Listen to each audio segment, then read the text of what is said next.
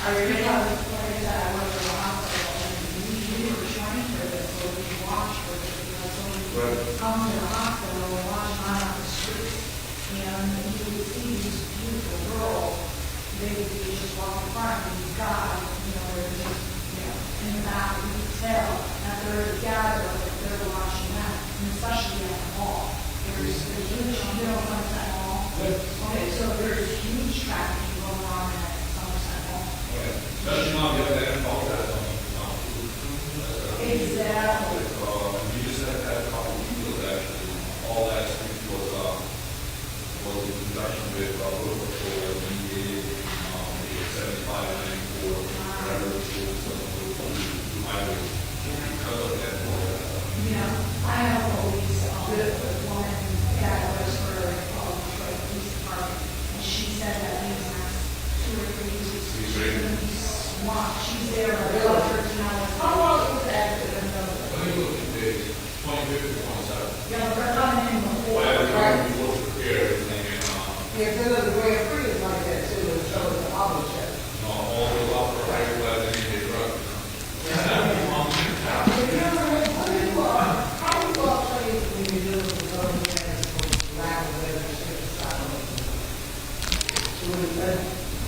When they become attached to their abuser.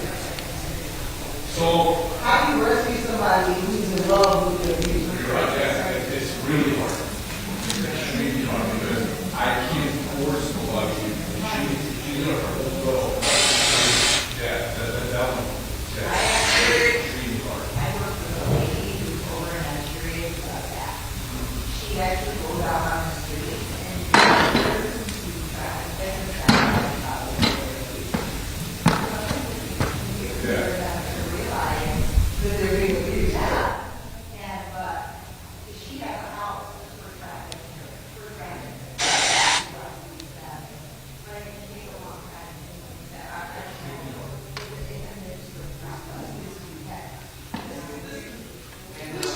We should be showing only right now for the important thing. You got a lot of people don't care. They don't care. They don't get so hard. A lot of people don't really care because if they don't care, people can see things. I know every time I've seen it, I'm going to get there.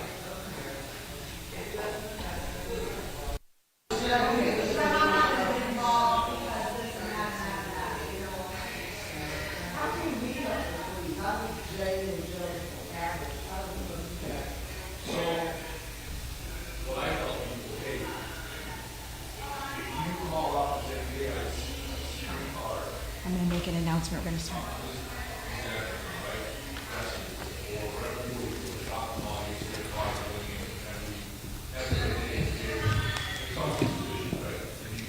Hello, everyone. We are going to get started in just a couple minutes. We had a couple technical difficulties, but we're going to be getting started in about 2 minutes. So thank you.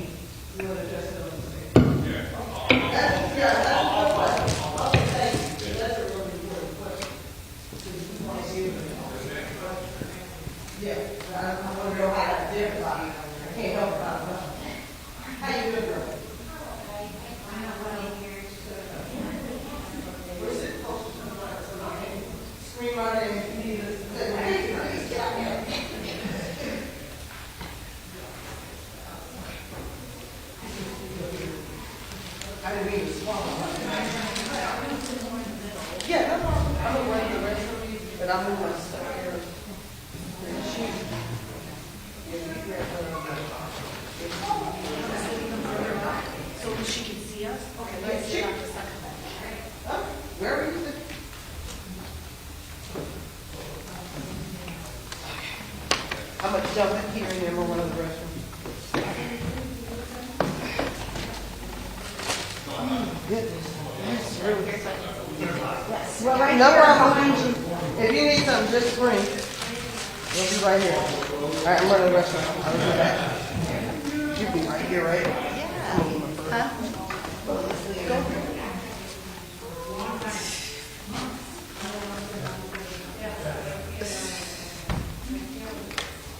Okay.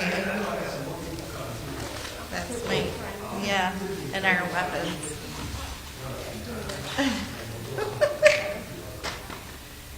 Here you go. We're right by the camera, too, so you need to make sure you're...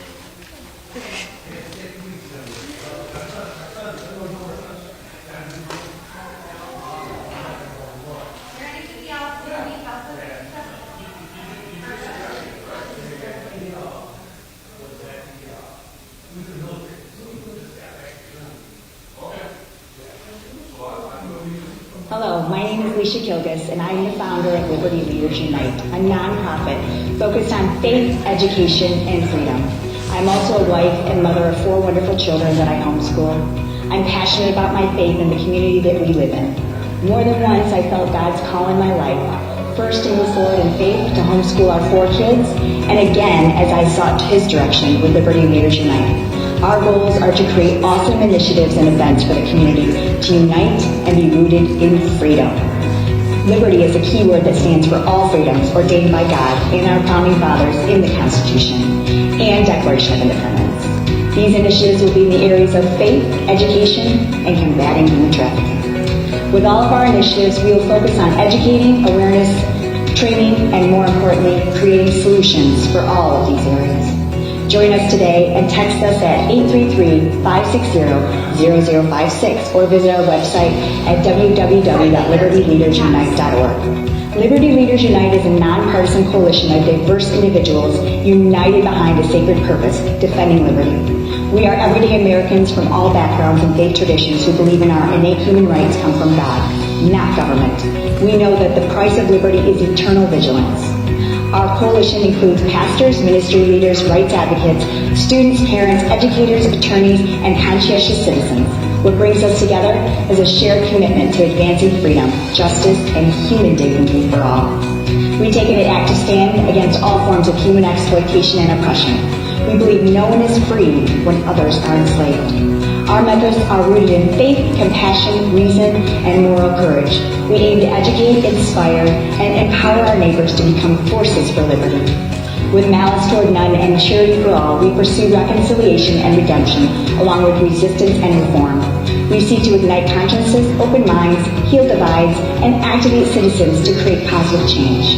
We are people of goodwill, united by shared values across political lines. We are Liberty Leaders Unite. As John Dickinson, one of the signers of the Declaration of Independence, once said, "United we stand, divided we fall." I am being called by God to unite and collaborate with all of you. These are Bible verses that I love that talk about unity. Psalm 133:1. How good and pleasant it is when God's people live together in unity. 2 Corinthians 13:11. Finally, brothers and sisters, rejoice, strive for full restoration, encouraging one another. Be of one mind, live in peace, and the God of love and peace will be with you. And lastly, Galatians 3:28. There is neither Jew nor Gentile, neither slave nor free, nor is there male and female, for you are all one in Christ Jesus. We all need to unite and stand together. Join us today and we make a difference in your local community. Again, you can text us at 833-560-0056 or visit our website at www.libertyleadersunite.org. In closing, I would like to read 2 Corinthians 3:17. Now that the Lord is that Spirit, and where the Spirit of the Lord is, there is liberty. Thank you for listening and joining us in Uniting for Liberty. God bless you and your family, and God bless the United States of America.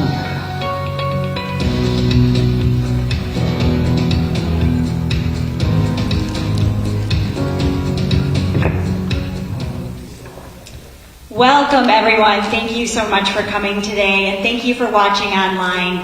We are here to stop human trafficking. This is something that people need to be aware of. Listen, there's a lot of people with their heads in the sand saying, this is not going on. But this is going on. It is in every school. It is in every church. It is in every neighborhood.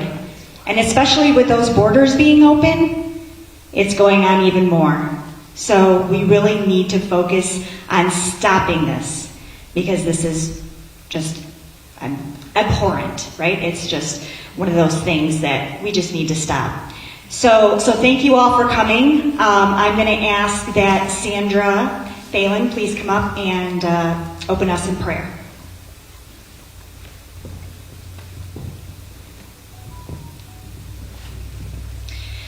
Heavenly Father, we just thank you today for bringing us together, the people online and the people in this area. And we ask that you open the eyes to see what you want us to see and to hear what you want us to hear, Lord. And as the video said, there is freedom and liberty, Lord. And it says when the Son sets you free, you're free indeed, Lord. So we just hope that everybody gets a touch of Jesus Christ as they're listening to this and they're hearing, to help and combat this horrible violation against humanity, Lord, because you do not call us to have a spirit of fear, but of power and of sound mind and of love. So let us just put forth today truth that will open the eyes of the blind and bring them to see and to spread your message of love.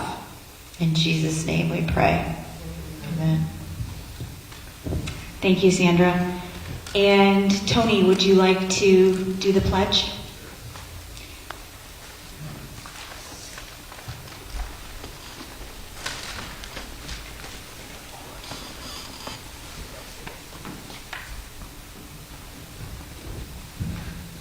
How's everybody doing? I pledge allegiance to the flag of the United States of America And to the republic for which it stands, one nation, under God, indivisible, for liberty and justice for all. You guys got me nervous. 30 years in the military and I messed I up. literally closed my eyes while I was praying. Thank you, Tony. Tony's awesome. He's going to be one of our awesome speakers coming up. So again, thank you so much for coming. And our first speaker today is a dear friend of mine. I've known her for a little while now, and she's just got a wonderful heart. And she is going to share with you her story of being groomed as a child. And thankfully, she was never trafficked. But this is one of the processes that they use in order to start the trafficking. And thankfully she was not trafficked, but she did go through a lot in being groomed as a child. And so I would like to introduce Sarah Grocki.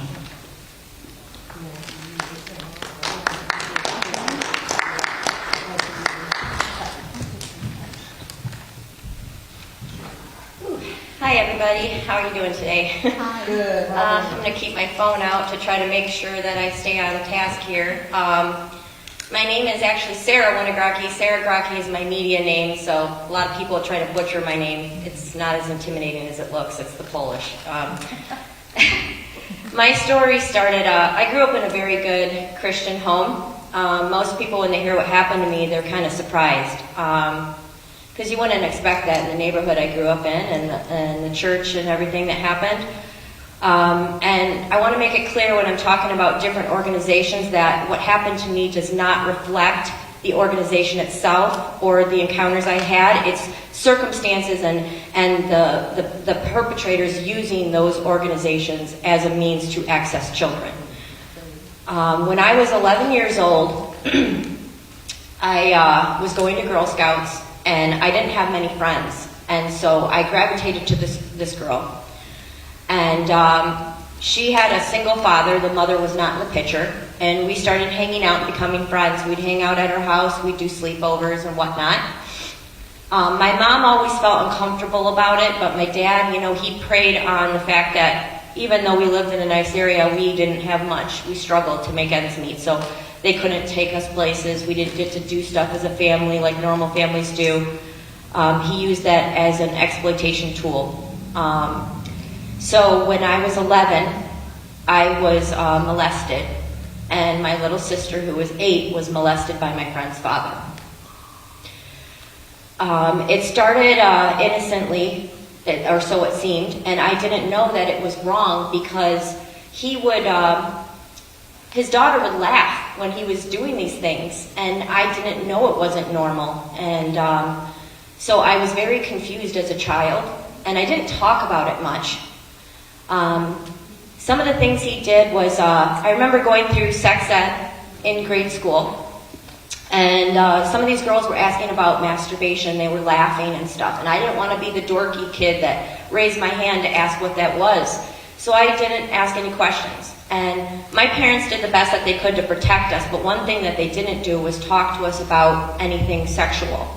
When I was raised, it was, oh, we prayed for you and that's how you got here. Well, as I grew up, I realized that's not how I got here. And so when I was with my friend and her father, he had overheard us talking about this and he interjected. That was his shoo-in to get his foot in the door to start the process of grooming. It ended up he had this large teddy bear. He would force us to dress up in his ex-wife's lingerie. Then it started with the pornography. Some of the most horrific pornography that I can never get out of my head. I won't go into super, super graphic details, but let's just say women fornicating with animals, men with infants with paper bags on their head, penetrating these infants. These images are burned in my mind, and I can never get them out of my head. It escalated to touching and things like that. I remember the last time I was there, this went on for months, and I never spoke up because I didn't want to lose my friend. I didn't have many friends. And one day I was over there, and another thing that made it very scary is he would use his tactics to blind my parents what he was truly doing. He signed us up for a self-defense course about how to defend ourselves against predators, yet he was perpetrating against us. The last time I saw him, I remember he had held me down and he started fondling me and grabbing me all over and he wouldn't let me go, and I was afraid I wasn't going to get out of there. I remember it was in the cold and I bolted out of his house. He would lift my skirt up, he would grab me anytime he saw me, just totally inappropriate things. It was very, very, very hard. I carried a lot of guilt for years. I blamed myself, and I didn't know what was happening was wrong. One of the worst memories, and this is where I get angry at the community where they didn't help protect me, is he had taken us to family video. Me and my friend were talking about videos, and you gotta understand, we've gotten desensitized and accustomed to looking at these horrible images. And so we asked him, oh, well, I'm curious about watching a porno. He took us to family video at night and took us in the back room with the adult section. And all the walls were lined with these horrific videos. I'm 11 years old. All these grown men were in the back room and saw it and knew it was wrong, and no one spoke up. We went to check out the video. At the checkout, the cashier saw he was with 2 young children and she didn't say anything.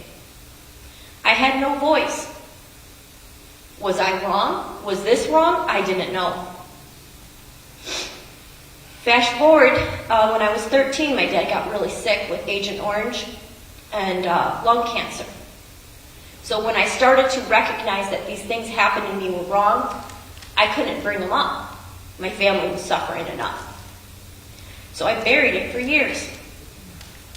It came out in many ways growing up. I didn't understand my over-sexualization, just the guilt, like showing my sister with Barbie dolls what sex was, and she was younger than me, like things I didn't understand I was doing and for years carried guilt about.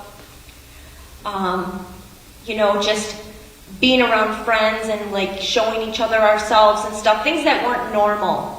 Seeking attention in a sexual, perverse way, trying to show off my body, show off my skin. And as a teenager, I didn't know what I was doing. My whole reality on relationships and my body was shattered at such a young age. My innocence ripped out of my body. As I started to get back into church and find God after my dad passed, he was my best friend. And then the world came at me and it drifted away. When I turned 19, that was the time that actually we came forward and prosecuted the man, but I discovered alcohol. So I remember there's warning signs that parents need to look out for. My sister, she used to be very affectionate and very, like, she loved hugs and all kinds of stuff, and if you jokingly touched her or something, she would just shut down. My mom knew something was wrong, and we had a family argument one day, and it finally came out. I couldn't carry the secret anymore. My mom rushed us to the police station. By this time, it was 8 years. It was still within the statute of limitations, and I remember being terrified. I didn't want to go, but I knew my mom was not going to let it go. And so just to shut her up, I went. I remember explaining to the officer at the front desk what had happened. He almost chuckled. Now, bear in mind, back then, there was not all the things that we have now. There was not all the data to show that it takes a long time for victims, especially child victims, to come forward. And he said, "Why did you wait so long?"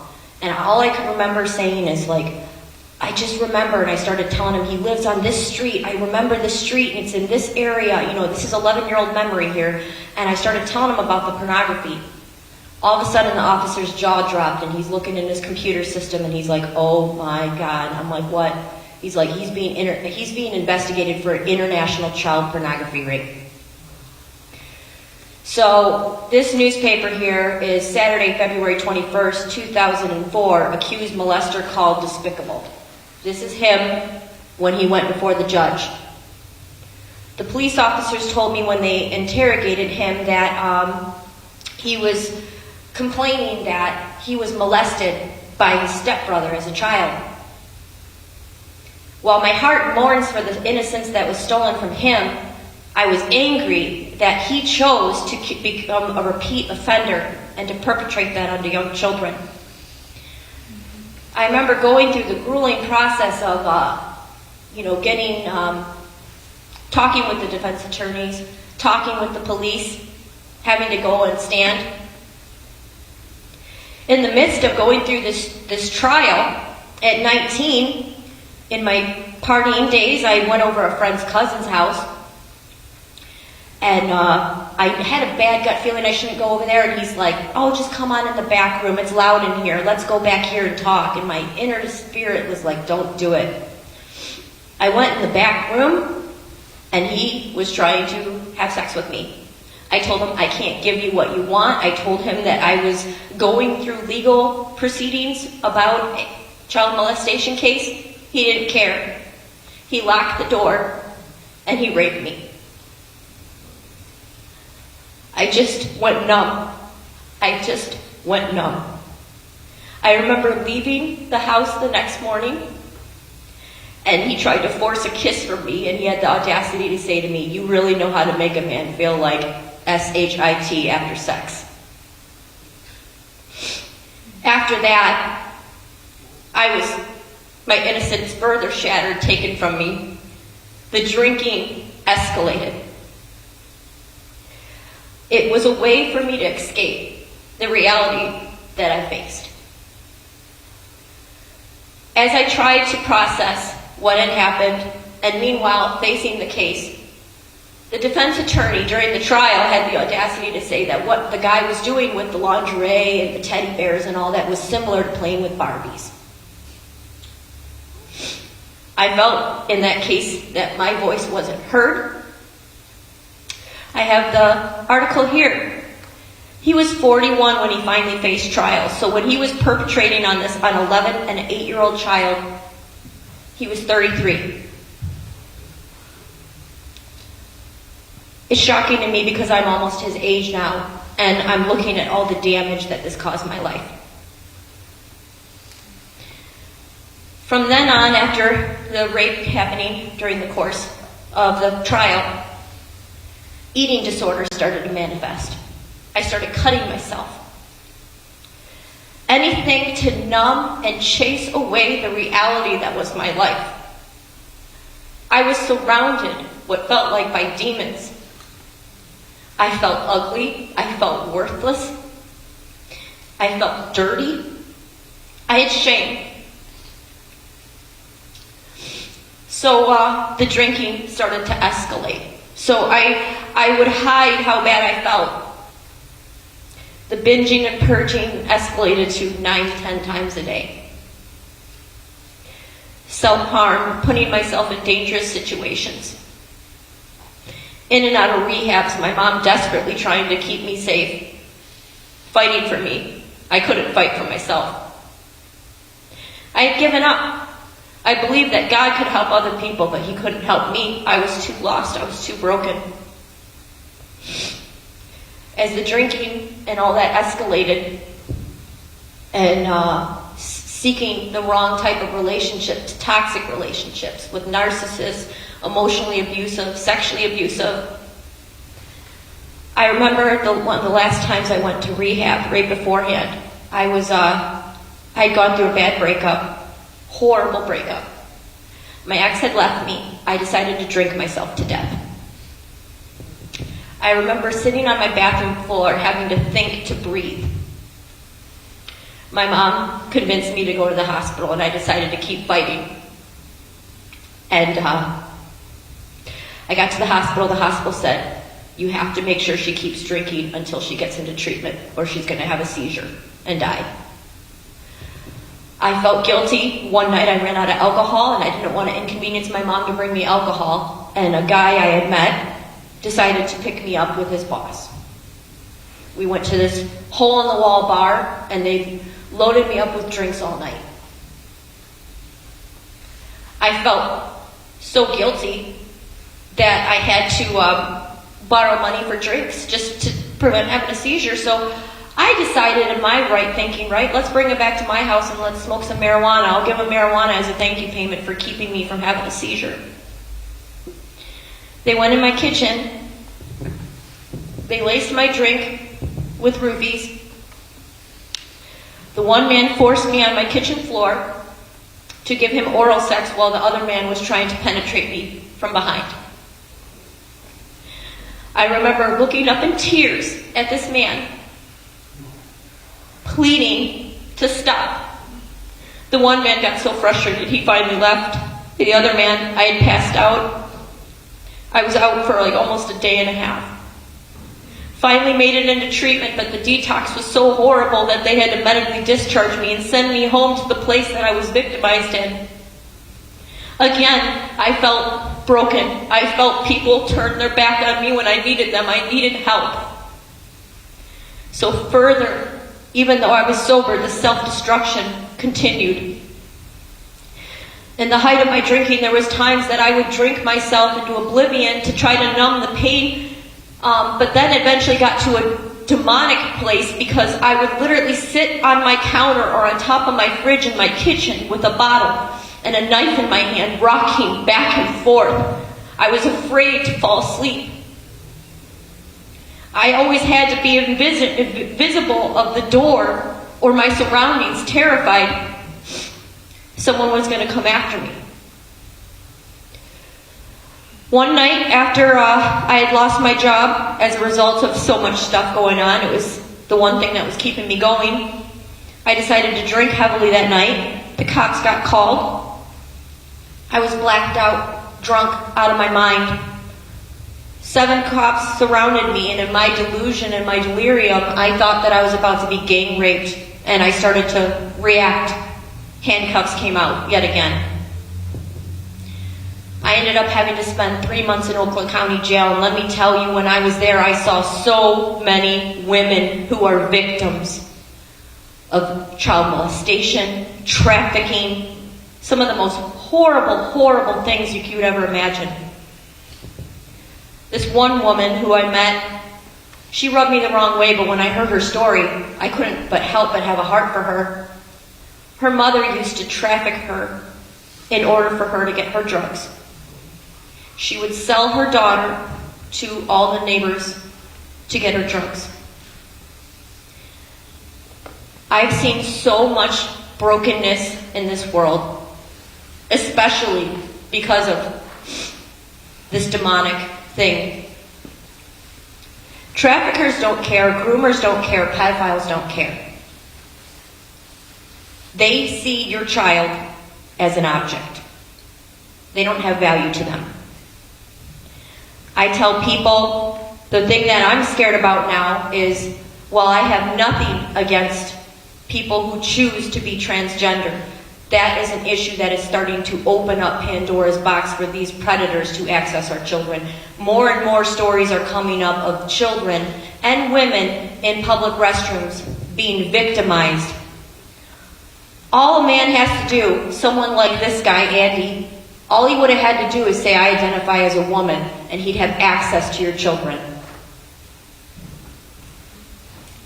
It terrifies me, the state, and the fact that not enough politicians are truly fighting this problem. The man who took my innocence away, he got a slap on the wrist. He had to register as a sex offender. Several years after I prosecuted him, I had to look around to find out. I needed to know, was he still registered? Was he still registered? I couldn't find him. 4 years ago, I found out, my friend's kind of a computer genius, and he found out he was dead. I reached out to the Oakland County office, and I come to find out 4 years after I prosecuted him, he hung himself in his garage.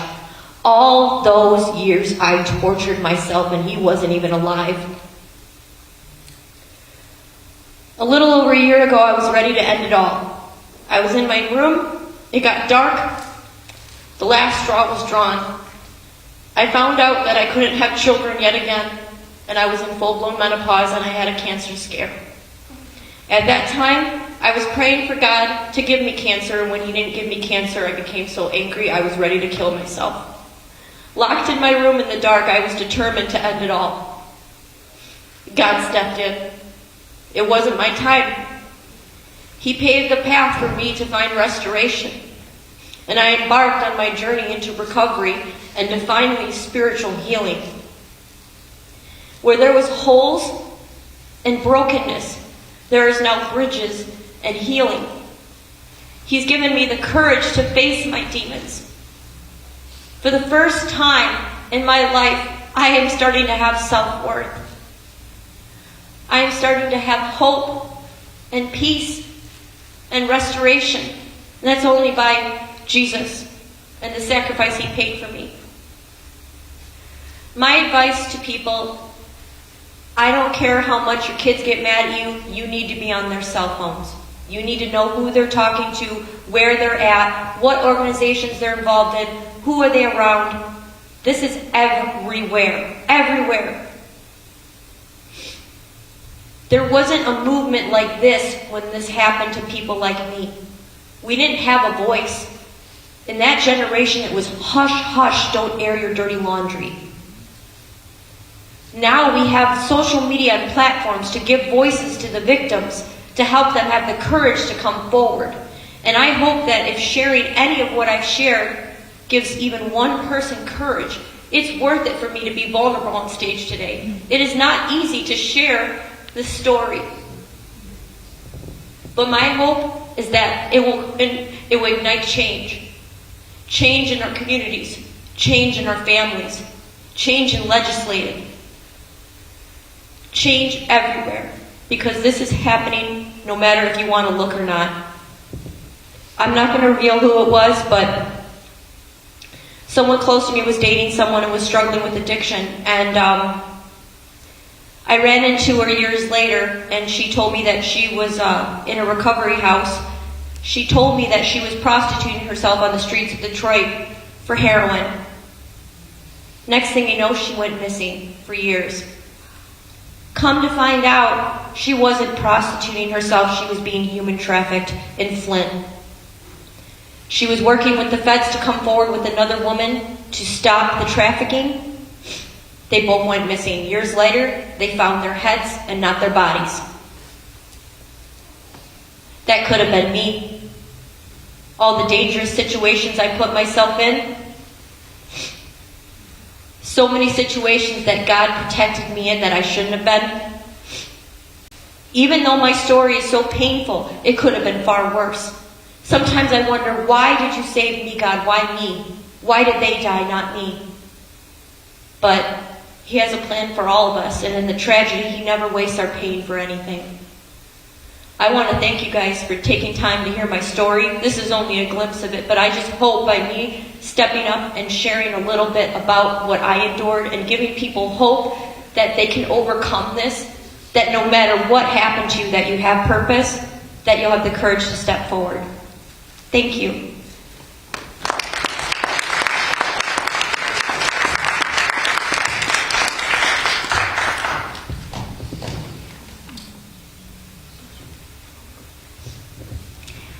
Thank you so much, Sarah. Wow. And here's the thing, guys. This is real. This is not something that's not happening. This is happening on a consistent basis. Again, every church, every school, every neighborhood, this is going on. And this has been going on for a very, very, very long time. So we need to be aware, and we also need to know what we can do in order to be aware, and we also need to know how to defend ourselves. So Sandra Thalen has an awesome ministry in Ionia, Michigan, and she is going to be speaking about her organization, and they teach self-defense. And this is a really, really important thing for everybody to learn, as well as if you are interested in becoming a certified trainer for self-defense, we will be bringing somebody in that actually trained Sandra, and he will be coming in the September-October timeframe to be determined. So please welcome Sandra Thalen.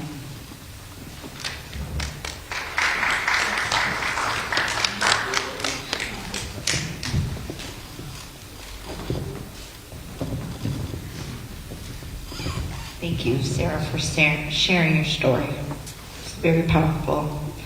And I want to thank Leisha and Liberty Leaders Unite for having me come and speak today, and thank all of you for coming to making protecting your children a priority. My name is Sandra Thalen.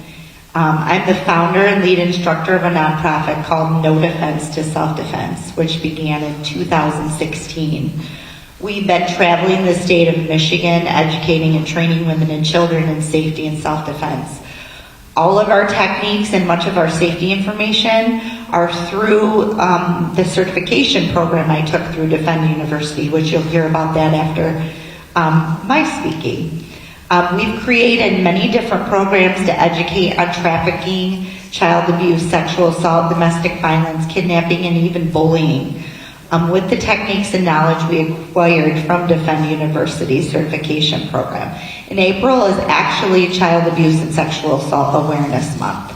So we do a lot in April creating awareness on these things. Many of the issues I just stated are all related. As Sarah was talking about, according to the Polaris Project, 1 in 10 people who are trafficked actually suffer from assault or abuse before they were trafficked. So these issues all correlate together, and they all need to be given the awareness, and people need to know that this is happening. So this picture I have here, this is of me and 3 of my very good friends. We're from a small town in Michigan called Ionia, and we went to school together. You know, bad things don't happen in small towns, right? Isn't that what we're told? And we're also told that 1 in 4 women will be assaulted in their lifetime. Well, here's 4 women, okay? This picture shows us, we grew up together since we were in 1st grade. We shared a lot of good times together, but we've also shared some awful ones. Me, at the age of 13, I was assaulted by my 14-year-old boyfriend. And then again in my 20s by another boyfriend. Another one of these women was drugged and raped at a fraternity party. Another one was sexually assaulted on a first date in college. And finally, one of us was assaulted and her throat was slit. She was slit and she was kidnapped and left for dead. Only by the grace of God was she able to crawl half a mile to home and receive help and survive her situation. These things led to a lot of emotional, physical, and psychological problems, such as alcoholism, depression, anxiety, and continued cycles of abusive relationships. And a lot of times when I was growing up, I just repressed all of these things and thought they were behind me. However, after I had my own children, I began to be filled with fear and helplessness about protecting them. This also created severe mental health issues of anxiety and depression for over 5 years. I was doing everything that the world told me that I should do. I was doing mindfulness exercises and meditation and yoga and exercise, all of the things that the world tells us that we need to do, counseling, and finally I was put on heavy doses of anxiety and depression medicine. Through all of this, I was also taking Taekwondo for a couple of years, and I did MMA as well. And through that, I also got my CPL, which is your certified pistol license. And so then I was put at ease for a little bit. And I thought, well, how can I help people that I love? How can I help them protect themselves? And how can I teach my kids to protect themselves? So as I'm going through all of this, I'm also reading my Bible and just in prayer. I found Defend University, which is the program that I am certified through. And for about 2 years, I was researching because I had a lot of fear of travel, and I had to leave the state of Michigan to go be certified. So there was a big fear there of me going by myself. No one was willing to go. So I continued to search, but this was the program that I kept coming back to. After suffering for about 5 years with the anxiety and depression, I was completely delivered from my mental health issues. So in 2016, I reached out to Steve Cardian, and I chose the training that he was holding in Tampa, Florida. So I flew out there and became certified. I'm just going to set that down. When I came back to Michigan, it was February of 2016. I started to prepare for my first training. I researched and I worked with and talked to survivors, took educational trainings on abuse, assault, domestic violence, and trafficking, all to add more information to the classes that I wanted to teach and educate on. The awesome thing about the certification program through Defend University is they give you all the techniques and safety information, but you get to create your own curriculum. So we've worked with various different organizations that focus specifically on child abuse, that focus specifically on trafficking, that focus specifically on domestic violence. And we have come in there and we've taught self-defense, and we get to educate with them on these specific topics as well. And that's the beautiful thing about this program. From 2016 to 2020, we traveled the state of Michigan teaching thousands of women and children in churches, sororities. We've worked with Department of Human and Health Services, foster groups, schools, daycares, YMCAs, women's shelters, Girl Scouts, teen centers, businesses. We've done individual, personal, and private classes, along with many community events. Anywhere that would take us in Michigan, we would come and teach. In 2020, COVID hit, and we had about 12 events scheduled April through June that were all canceled due to no venue would allow us to host because of the shutdowns. So in June of 2020, I received some phone calls from business owners and individuals who were dealing with violent situations and unstable people. So I opened up my one-stall garage and I held trainings for their employees and for them and loved ones. In 2021, our organization changed its motto. We used to say, fight like a girl, because a girl has different strengths than a guy. It doesn't mean we're weaker. It doesn't mean, it's less important. It's just we have different strengths as women. So we changed that to self-discovery and self-defense. And this is due to the information that we started to include in our trainings, which is the Word of God. 2 Timothy 3:16 through 17 says, all scripture is God-breathed and useful for teaching, rebuking, correcting, and in training in righteousness, so that the servant of God may be thoroughly equipped for every good work. So we are all called for a purpose. God's Word helps us to find that. It helps to break through the lost, fearful feelings of helplessness, and it breaks the lies of the world so we can actually see the truth of who we're created to be. Helps us to discover ourselves. In 2022, We were contacted by a public school counselor about a boy who had been accused of assaulting 4 different girls in the school, but was still attending the school. She got permission from the school to have us come in, and we spoke to a student body of 600. We also did a separate class for boys and one for girls. But in this presentation, we shared with them Genesis 1:26, when God says, "Let us make them male and female in our image, to be like us, to have dominion over the fish in the sea and the birds in the sky, the livestock, all the animals, the creatures living along the ground." But we explained to them we were not created to dominate over one another. We also spoke with them and helped them to have an understanding of what love truly is. Love is not love. Love is not tolerance. Love is 1 Corinthians 13, 4 through 7. It is patient. Love is kind. It does not envy. It does not boast. It is not proud. It does not dishonor others. It is not self-seeking. It is not easily angered. It keeps no records of wrongs. Love does not delight in evil, but rejoices with the truth. It always protects. It always trusts, and it always hopes, and it always perseveres. And what we explain to them is that we must know the truth of what love is, and the love that we were created out of, before we can truly even love ourselves and love others. This is one of the presentations and one of the classes that we teach. We have other classes, as I said. One of them is Love is Not Tolerance. The one we're going to be teaching today is going to be the 6 basic principles of self-defense. So we're going to be doing that at 4:30 to 5:30. We also have classes using your voice, getting the upper hand on an attack situation. All of these classes have different information, different techniques. Our firm belief is that the light of Jesus Christ has come into the world, and the darkness will not overcome it.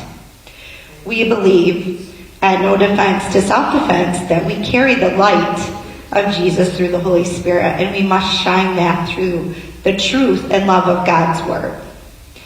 So we continue to do that, and we know that the gates of hell will not prevail. The abuse, trafficking, and other violence that is created and put forth to cause fear and trauma cannot and will not have any power over the people we teach.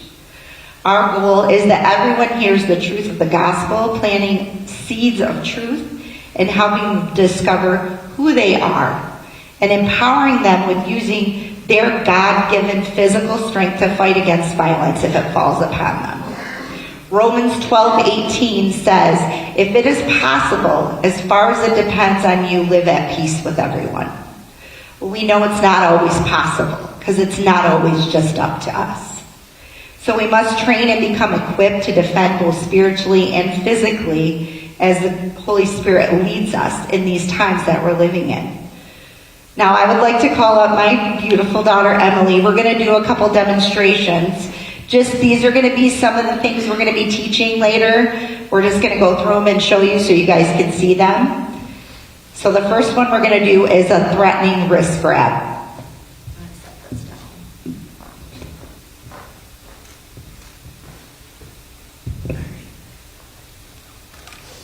So she's going to get in her defensive stance. I can't do this with the microphone. I hope that's okay. So she's in her defensive stance, and when I go to grab her, we're going to do this so they can see. So when I go to grab her, she's going to bend her knees, she's going to shuffle, she's going to turn her body, and then she's going to sit to the ground, and she's here. And now all of my targets are open to her. She can kick up. Okay? So that's the threatening wrist grab. And we'll break it down a little bit more and teach in more detail in the class. The next one we're going to do is the front hug. So this is like a common date rape situation. Somebody's hugging you. Okay, I'm done, right? You're done hugging. What she's going to do is she's going to put her hands on my hips, 45 degrees. She's going to bury her head, and she's going to take a knee, step back so I can't see, and she's going to knee and just push away. Okay, and there's variations of that, because if somebody's strong and you can't push away, then you'll have to slide down to get out of that grip, and we'll teach that up there. The last one we're going to do is the choke from behind. We're going to do that after this. We're going to do a couple weapons ones too. So if somebody grabs you from behind, you want to turn into the crick or their elbow. So that's going to give you room to breathe. You're going to have your hand as close to their elbow as you can on their arm and as close to their wrist. And then you're going to walk out to a seated position. So she's using all of her body weight to go down, and she's going to twist out, and then she's here. And then she kicks up, okay, to all of our targets. And what we'll do is we'll go over those, and we'll show you how to get up, the defensive stance, all of that in the class. I'm just going to bring this down here. So these are all some techniques that we teach.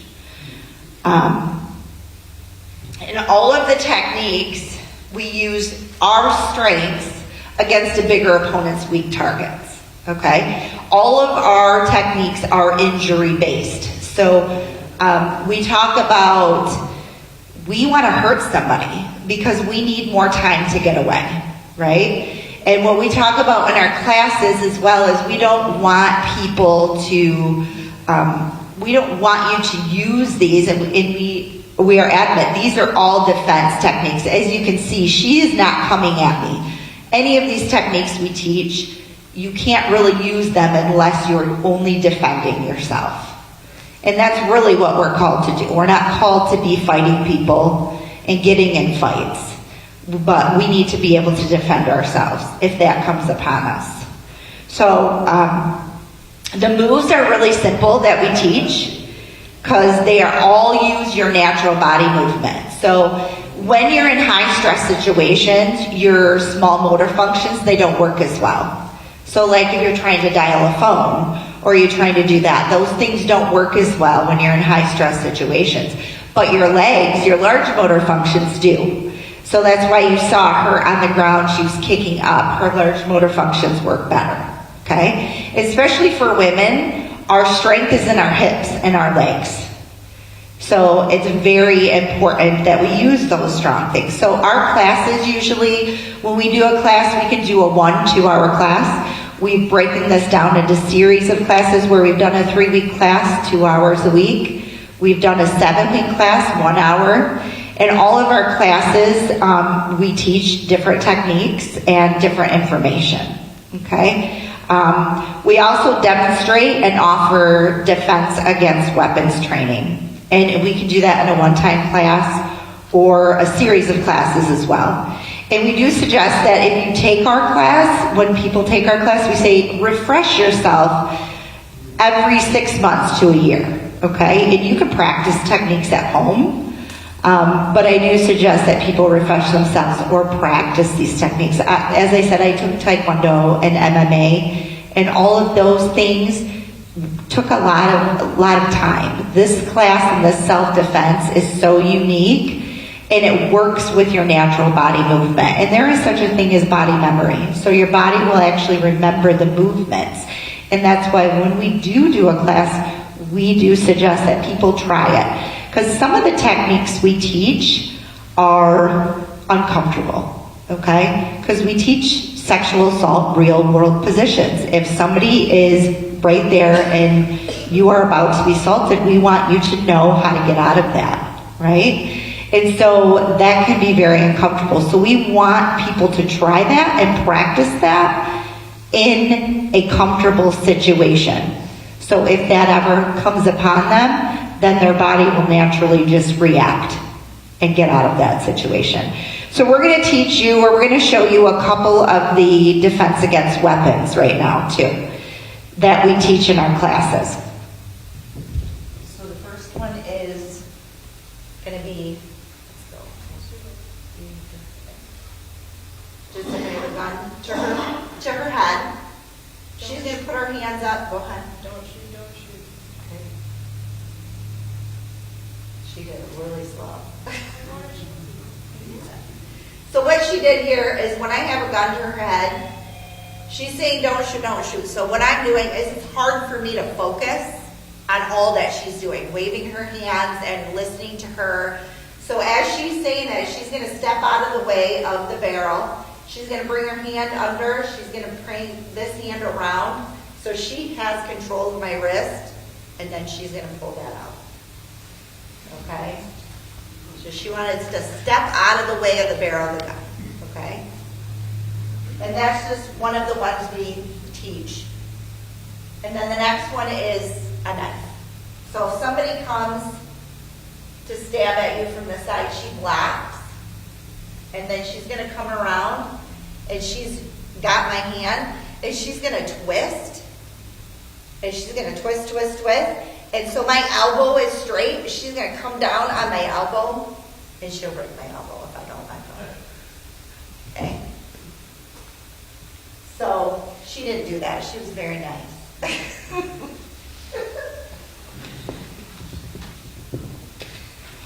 So those are just some of the things that we teach.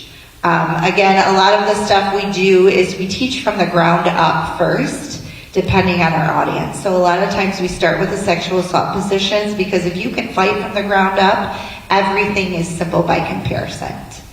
I hope that you guys will be joining us today at 4:30, where we'll be sharing safety information and teaching some of these techniques as well as others. If you're unable to attend, you can contact us, visit our website at www.nodefense2selfdefense, or check out our Facebook page for upcoming events. We would also love to host a class in your area for loved ones to become empowered by hearing the gospel and becoming their first line of defense. If you would like to donate or book a class to help our mission moving throughout the state of Michigan, wherever God takes us actually is where we want to go. Please I have some business cards back there and some postcards. Feel free to contact me. That's my number on there. And if someone you know is interested, let us know. Thank you. Be safe.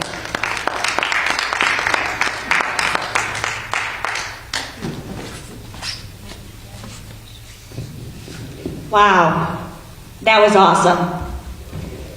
So you guys know how to defend yourself now, right? No, I'm kidding.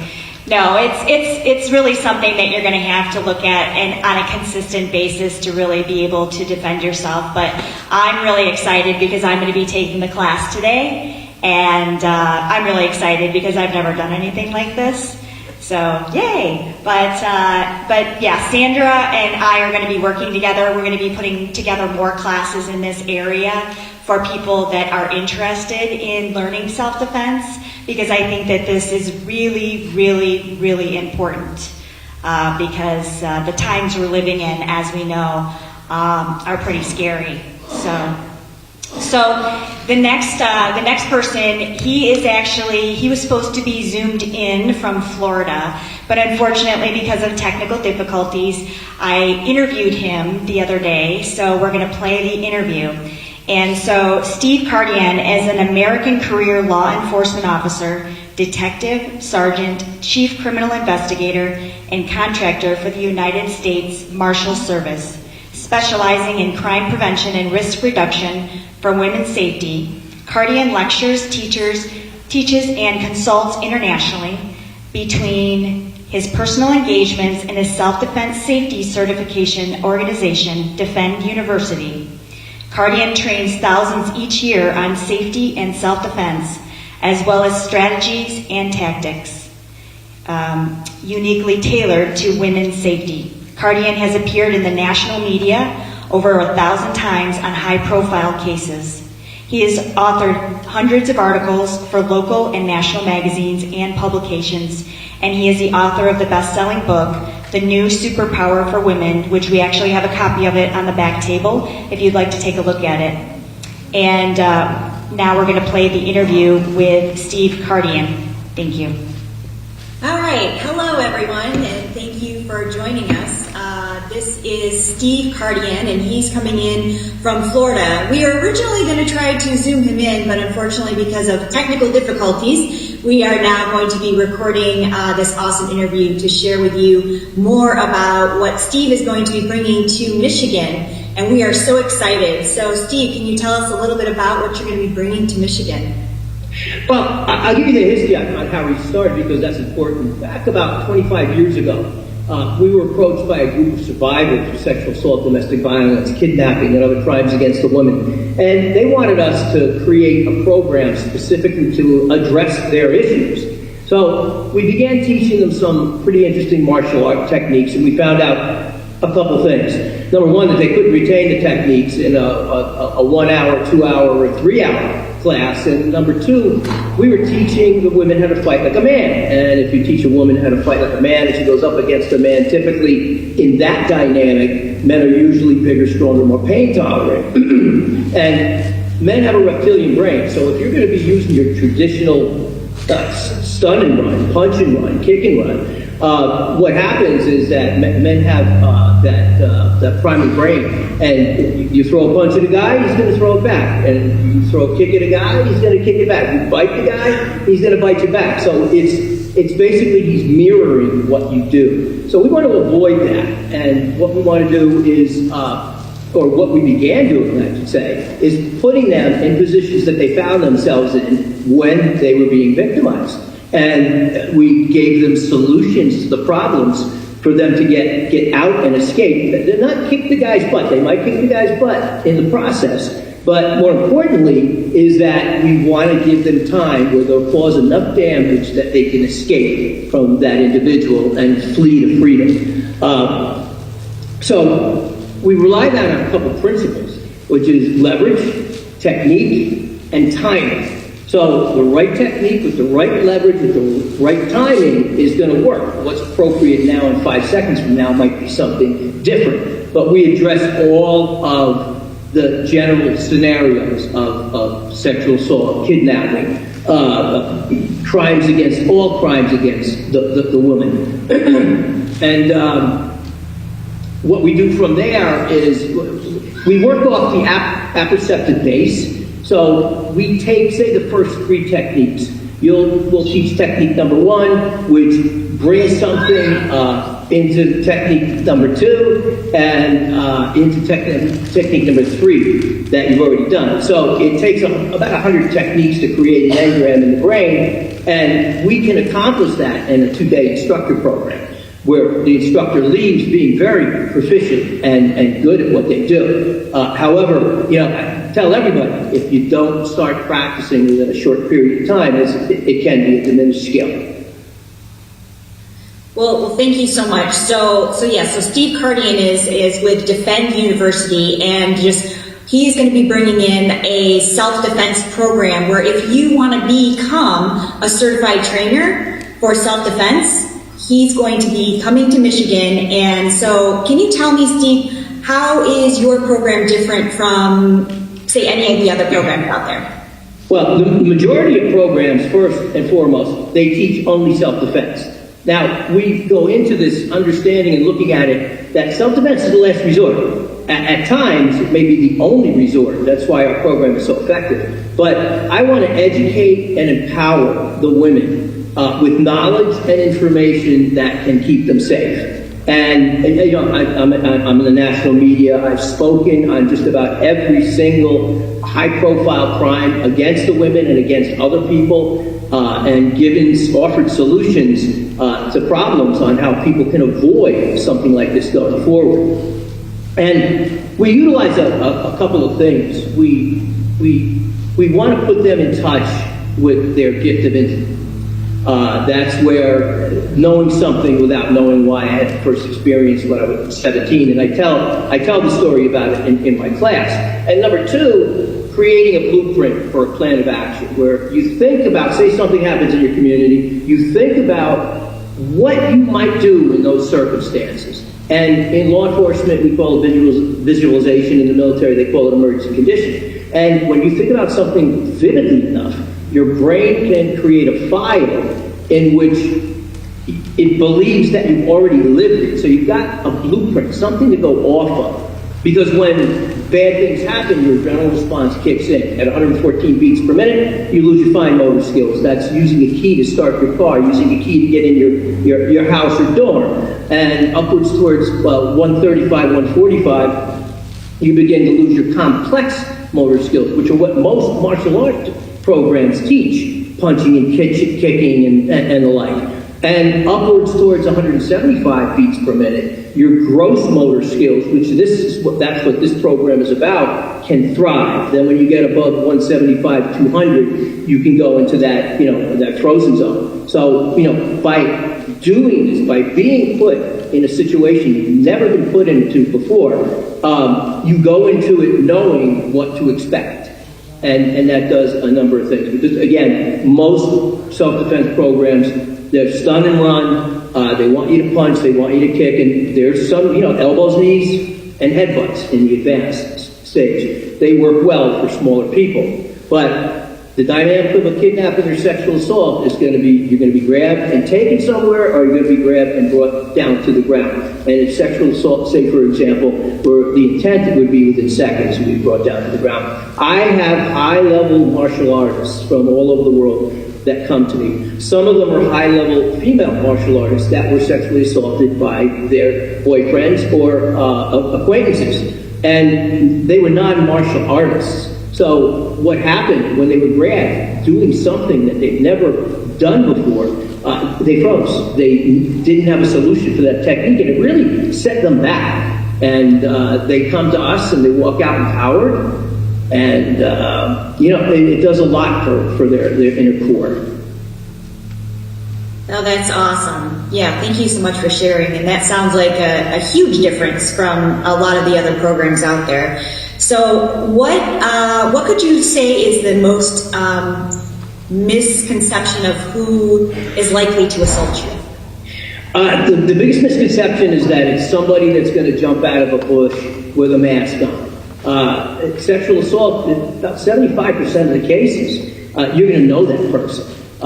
Some way, shape, or form. It could be a friend, a relative, it could be a neighbor, it could be somebody that you visit when you go to the grocery store. We don't know. That's why some of the things in the book that I utilize, like keeping your head on a swivel, watch your six, they help you identify who might be targeting you to do something bad. But when we look at the college campus, we see that it's in the 95th percentile that you're going to know who it is. And unfortunately, only about 5 to 10% of the girls that are sexually assaulted are going to come forward. They usually tell somebody, but it's usually not law enforcement. And a lot of the campuses, they have Title IX. They want the women to go to the women's center, and a lot of times handle it administratively with the college and not criminally, which is a big problem because a lot of times they're keeping the predator in the same classroom as the person that he victimized. So it's usually somebody you know. When it's not, it's a really frightening experience because if it's a stranger and he gets you to point A, from point A to point B, it's unforgiving. It's in the 90th percentile that you're not coming back. So what I tell women is the predator relies on a compliant fear factor. In other words, somebody says, and you see these all over, the guy drives up, he goes, points a gun at you, says, get in the car. You turn around and run as fast as you can. Because he doesn't want to shoot you there. He wants to get you to the secondary location, have you comply with the fear that he's inducing into you, and then get to the secondary location where he can have his way. And he goes for the same thing. Guy approaches you in a parking lot. He grabs you and he says, do what I say or I'll kill you. You start screaming. You do the opposite. Same with the children that we teach. You do the opposite of what he says. He says, don't scream, scream. He says, don't run, run. He says, don't fight back with all your might and will, because he's likely not going to harm you there. He doesn't want to attract that much attention. And what do you do when you're making a ruckus? Number one, you attract attention. It doesn't mean that people are going to come to your aid. And in this day and age, depending upon where you live, it's not likely. But it puts him on notice that there's others that know, and that others may come and identify him or help him. Yeah, you bring up a lot of great points. So thank you. Yeah, I mean, most of the people, they're going to know them, right? And yep. With your program, you're going to be able to teach people how to address those situations. So what would you say is the importance of intuition in creating a blueprint for this plan of action? Well, the intuition, real quick, it's a long story. I'm going to tell it really, really abbreviated. My girlfriend and I, my now wife, were walking on a beach in Old Saybrook, Connecticut, and we were going to go 20 minutes out to a place called Indiantown. And 5 minutes in, I had this overwhelming urge that I have to go back. I didn't know why, but it was overwhelming. And my girlfriend looks at me, she says, no, we're going to Indiantown. I said, oh, look, the waves and all that sound are like 10 inches, 11 inches. Let's get the floats and go ahead and go out there and float in the Long Island Sound. So we turned around, and as I get to the beach house, I see a lady jump out of her chair. Basically, an 8-year-old boy had been buried alive. I dug him up, and amongst the 20 adults that were around, nobody would answer me when I was holding him, saying, please, does anybody know CPR? So I'd read about it. I'd read about the CPR only earlier in the summer. So I laid him down, I pinched his nose, and I began doing rescue breathing, just like I read. And that was my first experience with intuition and creating a blueprint. And to this day, I use it. I use both to this day. Well, awesome. So you're bringing up a lot of really, really awesome points, and I really appreciate that, and our audience appreciates all those things. So how did you become one of the go-to experts, I guess, in the media? Well, I have been doing media since about 2000.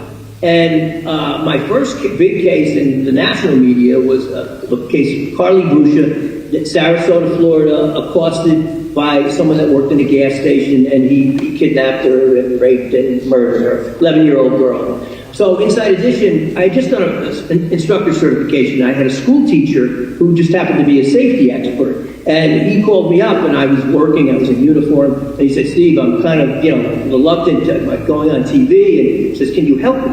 So my department let me go down. We drove down in a police car, and I did the narrative and had him do the physical aspect of what we do. And after that segment, the senior producer and one of the producers apparently were watching, and they brought me inside and they sat me down. We talked for about 2 hours, and I began doing some really interesting things. And one of the first things that we did was never been done before in the country, where they brought me to a college campus, and my job was to approach women leaving the campus, identify that soft target, let the hard targets go by, and try and lure myself into their cars. Well, I got 8 out of 8 of the women that I approached let me in their car and drove off with me.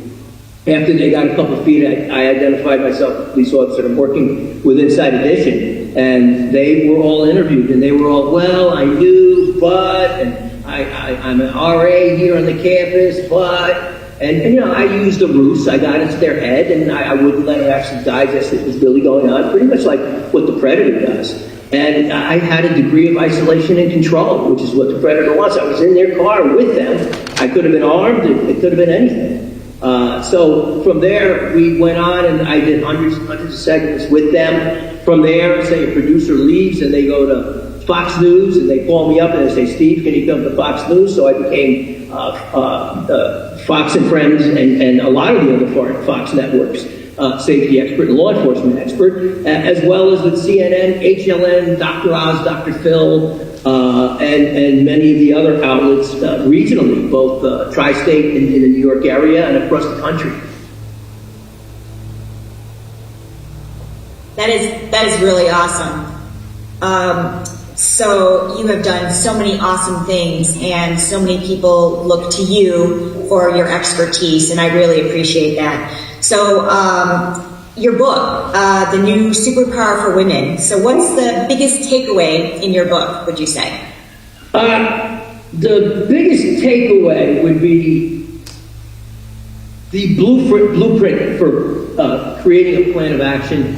Me telling you how to be in touch with your intuition. We have a vagus nerve in our body. It runs from our brain and reaches out to all of our internal organs. And the scientists always thought it was one way. Well, now today we know that it's 2 ways. So that sense of foreboding, the butterflies in your gut, the scratching in your throat, the hair raising on the back of your neck, those are all signs that something's just not right. And if you feel that something's just not right, it's time to get out of there. It's not a time to do, oh, let me give the guy a second chance. Oh, let me do whatever. But we, in the book, we talk about every scenario, from carjacking to date rape, drugs, to scams, and pretty much anything you could think is addressed with regard to crimes against the women that's in the book. And solutions on what to do should you be accosted by a predator. Well, that's the thing, is solutions are so important. You know, it's great to be aware and it's great to have these tools, but to have the solution to really address this, and I really appreciate you writing this book, and a lot of people are going to really get a lot from that. So one last thing, what is one quick phrase that you like to pass on to your instructors or your students? Well, very importantly, in law enforcement, in the general population, and anywhere you go, you don't get to choose the day. The day chooses you for something bad to happen. And if you keep that in mind, we don't want to walk around paranoid, but we want to have, you walk out of a structure, you scan. You walk into a structure, a mall, you scan. Look, you're looking for anomalies. You're looking for things that are out of place that could cause you danger. The predator's most valuable asset is the element of surprise, and if you take that away from him, you take it away about 75–80% of his game. Right. Yes, so true. So, well, thank you so much for coming on. I apologize for the technical difficulties. We would love to have been able to Zoom you into our meeting, but just thank you so much for joining us. And again, everybody, Steve Cardian is going to be coming in with Defend University, and we are going to be creating a solution for a lot of people to combat human trafficking, sexual assault, and this is specifically for women and children, correct? It's for going into middle school and above, and women. My oldest student was an 80-year-old nun, believe it or not, and my youngest, that came through the instructor program with her mother, under the wing of her mother, was 14 years old. So what's the beauty of the program? People from all over the country, around the world, come to me. They learn the program, bring it back to their community. Many that don't have things like this in Kenya and Ireland and England, Malaysia, and they're able to share it with those in their community and pass along the good word. Wow, that's really awesome.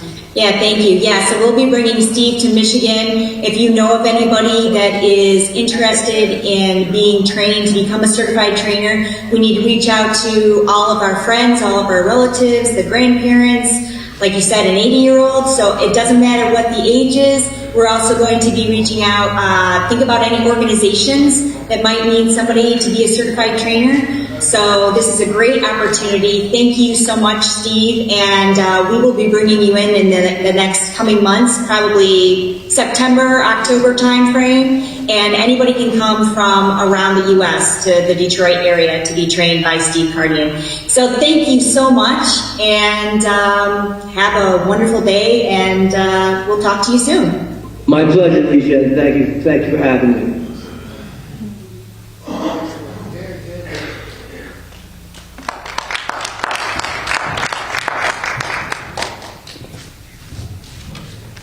So that is Steve Cardian, and that is who trained Sandra Thalen, who is just up here with her self-defense demonstration. And again, she's going to be having a class today, 4:30 to 5:30. So if you have not signed up, I recommend you sign up. And if you're online and you're watching and you're near this area in Roseville, come, because it will be worth it. It'll be an awesome class.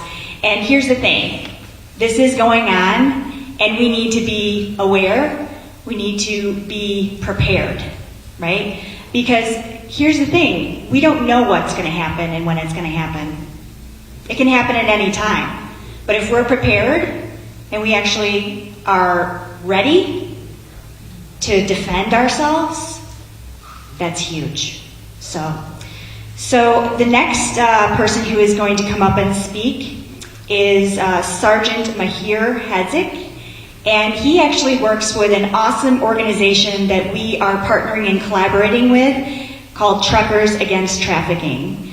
So please welcome Sergeant Hadzik.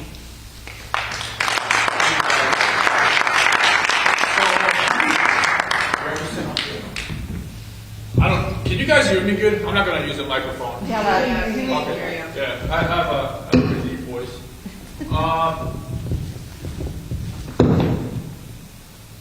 So usually are you gonna be switching slides up there so I can communicate with you? Okay, cool. I'll be looking up here quite a bit because I usually go off my PowerPoint. First of all, it still says up here MCO. I wasn't a motor carrier officer until yesterday. I got promoted yesterday to a sergeant, and I have one of my actually he's a motor carrier too at the Monroe post. He just showed up. His dad was here too, so I'll be his sergeant. So, okay, let's go next slide. What does that mean? What was my slide? Oh, those are yours? Yeah. Okay, yeah, this is not me. Go next one. Okay, perfect. Yeah. Goal of this presentation is going to be. I usually present this to the trucking industry. So I go into carriers that want to be human trafficking certified, and then I explain to those truck drivers what to look for, what the signs are. So basically, you use the acronym AIR. Awareness, Indicators, Response. Let's go to the next one. So we're going to cover what is human trafficking, what are the three types, and is it in my area? You can just keep flying through this. I'll just talk as we go. So indicators of what are the signs for labor trafficking, what are the signs for sex trafficking? There's two types when it comes to even sex trafficking and labor trafficking. There's smuggling, and then there is trafficking. Smuggling is if you just cross the border, pay somebody some amount of money to just smuggle you across the border, that's smuggling. Trafficking, however, it doesn't matter. They basically traffic those girls or boys, or even when it comes to labor.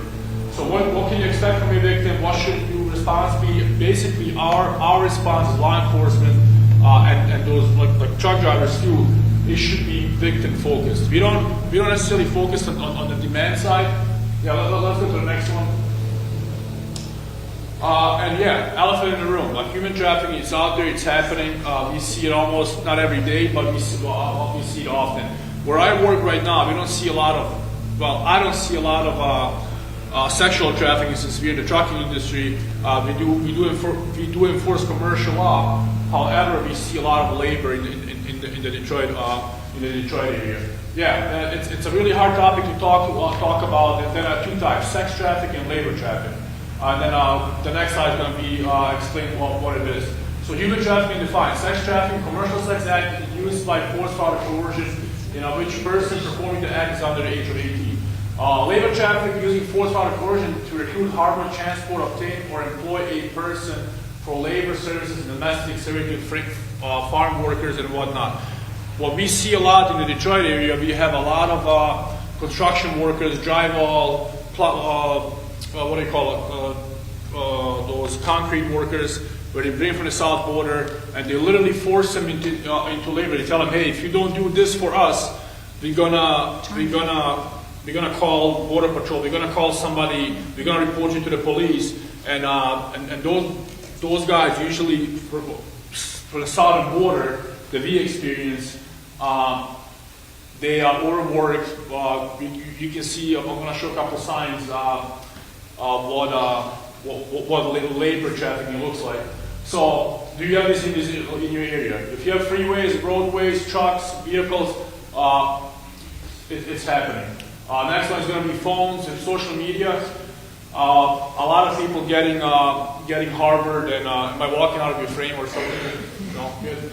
Like I said, computers, now everything is online. So elements of human trafficking: recruiting, harboring, moving, forced coercion, inventory servitude, debt, bondage, slavery, commercial sex act. So when it comes to debt bondage, what we see we just had a couple of cases from, I don't recall the state, but it was where drivers are forced to drive for Ukrainian companies, Russian companies, and a couple of European companies where they tell them, hey, they lease the vehicle out to them, and they have to drive a certain amount of time. They literally force them into driving where they don't make any money. They just work for these guys. These guys making a bank. And so yeah, they literally force them into driving. Let's go to the next one. Smuggling versus trafficking. I kind of covered this a little bit. So smuggling, travel across the international border. It's one-time transaction, and destination. What wants the product or what wants the bodies at the destination, it's closed. However, trafficking, travel never a factor. They all over the place, and often start as an opportunity for a better life. They usually tell these kids, hey, whatever they see on TV, social media, it's a big influence now where these young adults or young teens see the great life. They want to have their life, and guess what? Those traffickers, they know that. They tell them, hey, if you do this for a little bit, you can have this, you can have that, and then you're going to have a good life. And that's how they brainwash, and that's how they get it together. So who's at risk? I'm not going to read all of this, but basically everyone. We've seen it from rich families to poor families to kids out of good homes, kids out of bad homes. So I don't want to like specifically say, okay, it's only this group, but it could be anybody. So yeah, let's go to the next one. Runaway were exploited. So these kids are truly victims. Crims and Johns are criminals. They are so often badly damaged from the exploitation that and trauma plays I'll have a whole slide on trauma and what it does to people. So, and the issue always includes the society. Usually you tell, oh, it's not my problem, it's the family's problem. I don't want to hear about it. And then they don't parade the roads anymore. They have internet access, which is super easy now to recruit somebody to get them into it. When it comes to sexual trafficking, labor is a little bit different. They just bring them over here. They literally force them, or they bond them somehow to them, saying, "Hey, if you don't do this, I'm going to do this." Or they bring them over here, and then they take, payments, so just so they can attach them to them. Yeah, let's go to the next one. Teenagers in general, yeah. They don't think like we do. Can be easy prey, can be manipulated, may initially go off with somebody unexpected. Older gentlemen or older ladies, if me as a commercial vehicle, and I have the officer back there too, if we see somebody, an older truck driver, let's say, that rides with a young girl, could be an indicator. Might be his daughter, might be somebody, but then we do investigate more. I'm not sure. Did you go to this class yet or no? Like not the human trafficking one? Not yet. Okay. So yeah, that's coming too. Like how to see signs, what to expect from a victim, what question to ask, and whatnot. So any form of trafficking is an economist's dream. Low risk, low investment, high demand. And demand side usually not addressed, and maybe the third largest criminal enterprise in the world. I think they just estimated to be like a $3 billion industry. So social media and the internet, dating sites for teens recruiting other teens, other social media apps. And there's a lot of social media apps out now. Like you can't even keep up with them, and that's what is happening. So indicators of human trafficking, evidence of being controlled, signs of physical, sexual abuse, fear of depression, lack of documentation, third-party system being present, or answering questions. I see this a lot when I pull over these commercial vans, and then I try to talk to individuals, and the drivers only answering questions. So and that's a big red flag for me. I usually separate them right away, and each individual a question individually. And we had, I'm sure it's going to come on the next buzz. I had, within the last couple of months, probably like 20 people that, I'm not saying necessarily they're being trafficked, but that was signs, and they were taken by Border Patrol, and I'll say it a little bit later. So yeah, just within last week, we had about like 12, only last week.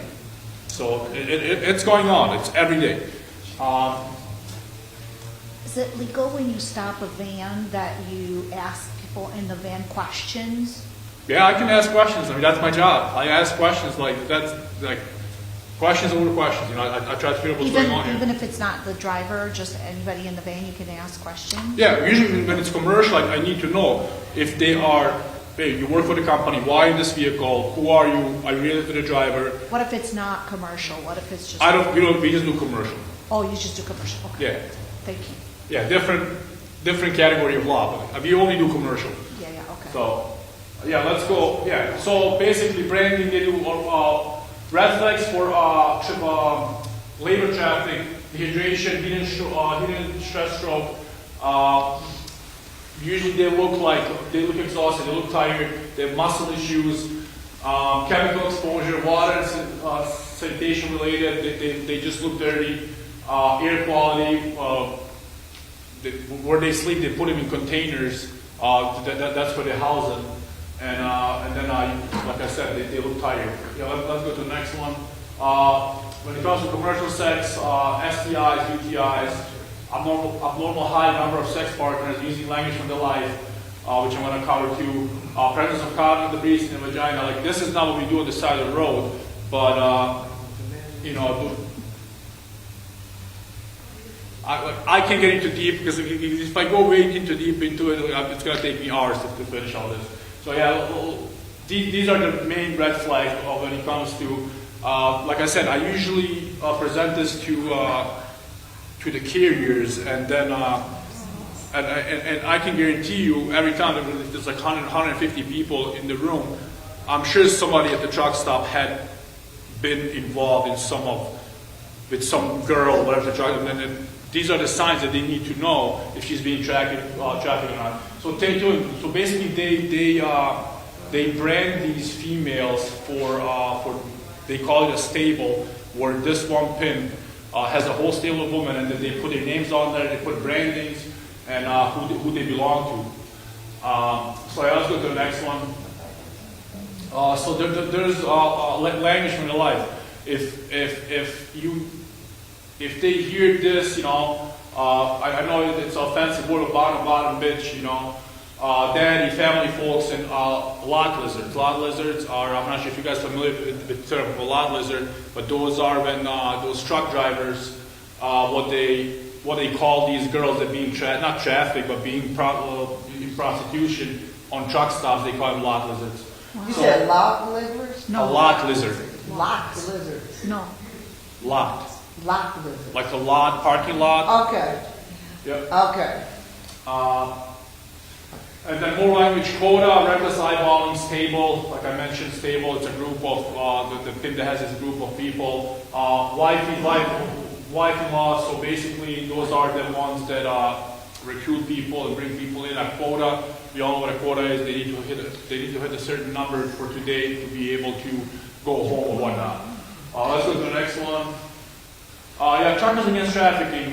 Basically, the MSP joined the Truckers Against Trafficking, I believe in 2013, and we started to communicate with these guys. How can we spread the word of what human trafficking is and the signs? And there's a lot of people right now, well, a lot of carriers, a lot of companies that jump on board on this program.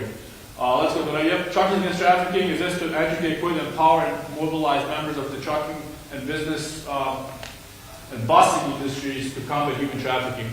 Like I said, the truckers are the ears and eyes of the roadways. They go to some places that the general public doesn't go. They go to truck stops, rest areas, commercial areas of cities and whatnot. And I mentioned this earlier, victims, folks, and response. Persons being trapped are victims. They may not see themselves as victims. Collect what information you can. Be careful, expect that you are being watched, or they are being watched, and many are traumatized. So, somebody asked me earlier, what? Yes, ma'am. That was me. Yeah. No question about when they're loyal or they are in love with their abuser. It's extremely hard at that point. Somebody mentioned about 2 years. It takes about 2 years to they need to realize that they're being used. I can't tell you, hey, he's using you, and you're just gonna be like, just leave me alone. I don't want to talk. And they usually don't want to talk to us at all. So they need usually what we do if you see something like that, we don't necessarily enforce it. We try to help them, and I'll cover that in a second too.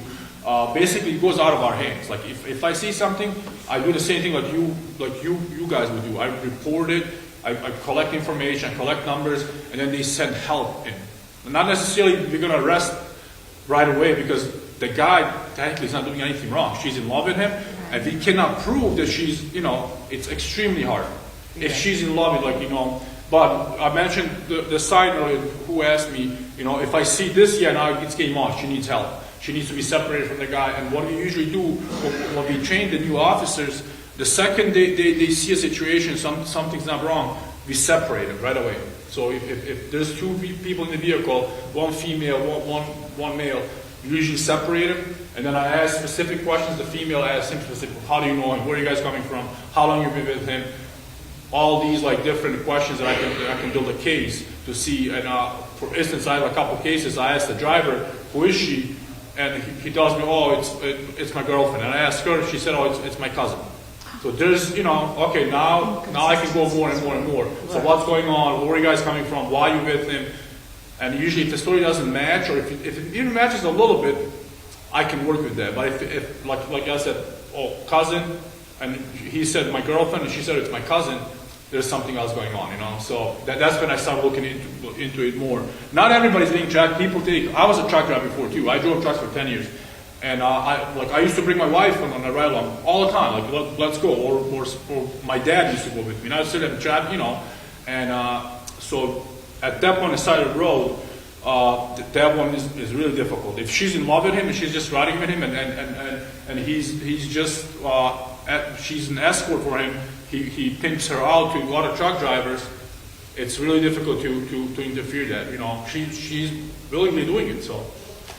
Okay, trauma, yeah. So this is a no trauma exposed brain and then exposed to trauma. This is how the brain functions or less functions. Let's go to the next one. So trauma, it's a sensory experience. It is not a personal experience. It's not a competitive sport. Us as law enforcement, we do a lot of, I'm not saying mistakes, but when it comes to trauma, we see it as I wouldn't say competition. But, if you tell me, hey man, I saw something crazy last night, oh my God, he hit me, I don't know what happened, but if it's just something different, guess what I'm going to tell him? Man, I seen even worse. Listen to this. And we just go on and on and on. We see a lot of stuff out there, at least I do. I work in the Detroit area, I used to, not Monroe now. And it affects, every little stop. I had a friend just now, it's been one of the best troopers that I know, hard worker, everything, and unfortunately he had to shoot somebody couple weeks ago in a gut to him, really bad, to the point he had a stroke. So it like I said, it builds up, and I keep telling these I train new people, and all the time, and I keep telling you, hey, don't trauma it's bad. I have a feeling it's coming to me too because I'm getting older, and so yeah.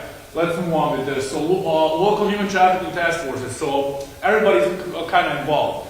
We got dispatch, we got law enforcement, we got medical, we got social services, we got assistance. Like I said, this is beyond the stop. This is after the stop. This is not. I don't provide this to people who look on the side of the road. But this is just like a chain of they have help available if they want it. It's not just like you said. Or what she mentioned, it takes sometimes 2 years to get somebody, hey, you gotta think straight. I can be doing it on the side of the road, or I can be reaching out to her for 2 years, but there's people, they do that actually. If I give the information, who she is, what she does, and where she's coming from, and they can work with her. So let's go to the next one. So yeah, this is the one, basic service needs by victims. Number one is housing. They don't know where to go. Usually they are in a truck or in a vehicle and they have nowhere to go. That's all they know. And they need to be separated from the pimp, from the John, from the trafficker. So reporting, best option is 911. All our dispatchers are trained in human trafficking as of right now. The second they receive a call, and we receive a lot of calls where people call in saying, "Hey, there's help written on the semi, on the side or the back or whatever." Mostly it's a joke. Somebody just wrote it on a semi, but there's a lot of cases where we had or not a lot of cases, but there's sometimes people do it or stick their hand out the window with a white towel or whatnot, that a lot of people even know those signs now because they've been doing this. And a lot of truck drivers calling in on other truck drivers saying, hey, this is super unusual, man. I see this guy every weekend on the truck stop with the female in the truck. And we're not going to go storm that place right away. We're not going to go do a detail, or we're going to go guns drawn and get those guys. They're just building cases. If you see a red Charger coming in the rest area a couple times a day, it looks suspicious, and if you call about it saying, hey, this is super suspicious, they're just going to forward the information to the Trafficking Research Center, and that's when you build a case. If they build a case on a red Charger in this area with this plate, they might eventually set something up where they're going to start looking more into it. It's just giving tips. And then a couple more references. Truckers Against Trafficking, National Human Trafficking Research Center, and the Polaris Project. I'm really not familiar with the Polaris Project. I don't know what they do, but I guess they're a good research group for when it comes to the same things that I just covered. Let's go to the next one. So you have three choices. I usually tell these guys now, hey, you have three choices now. I presented you with, I showed you signs. I covered the basic of human trafficking, so you can participate and be a part of the problem with the truck drivers. And usually it's a really hard topic to talk to a crowd with all truck drivers. I mean, I'm not sure if you guys are familiar with truck drivers, but they tend to joke around a lot with this, you know. And they're like, oh, because they go down to Laredo, they go down to Brownsville, Texas, and there's a lot of these folks down there where they do the lot lizard, and you know, some states it's illegal, some truck stops have securities, and down there it just came on. It's at the Wild West, you know. And then you can see him joking around, and I tell him, hey, you can participate and be a problem, you can ignore it, but you are not doing anything to help, or you can make the call and be a part of the solution, you know. And then at the end, we'll go to the next one. I tell him, hey, you may choose to look away, but you can never say again that you didn't know. And what this means basically, hey, if you see a case, or usually those cases come on TV, and you see this girl, and you see this girl at the truck stop, you see them, and then you knew. Now you go, oh, I didn't know. Now you know. So, like I said, this is pretty much it that I have for my presentation. Thank you guys for having me. And if you guys have any questions, I'll be hanging in the back if you want some questions answered, or whatnot. I got a bunch of material in the bag that you guys can. There's a great app too for it. Like I said, this is mainly created for to educating the trucking industry about human trafficking, and it's been well accepted by the industry and by FMCSA, which is the federal government, that they're pushing this out there. Thank you guys. Yes, ma'am. One quick question. We were in, when I was studying the event, what is it that we, John and Jane Doe, can do to help you? I'm walking through the mall, and what should I notice?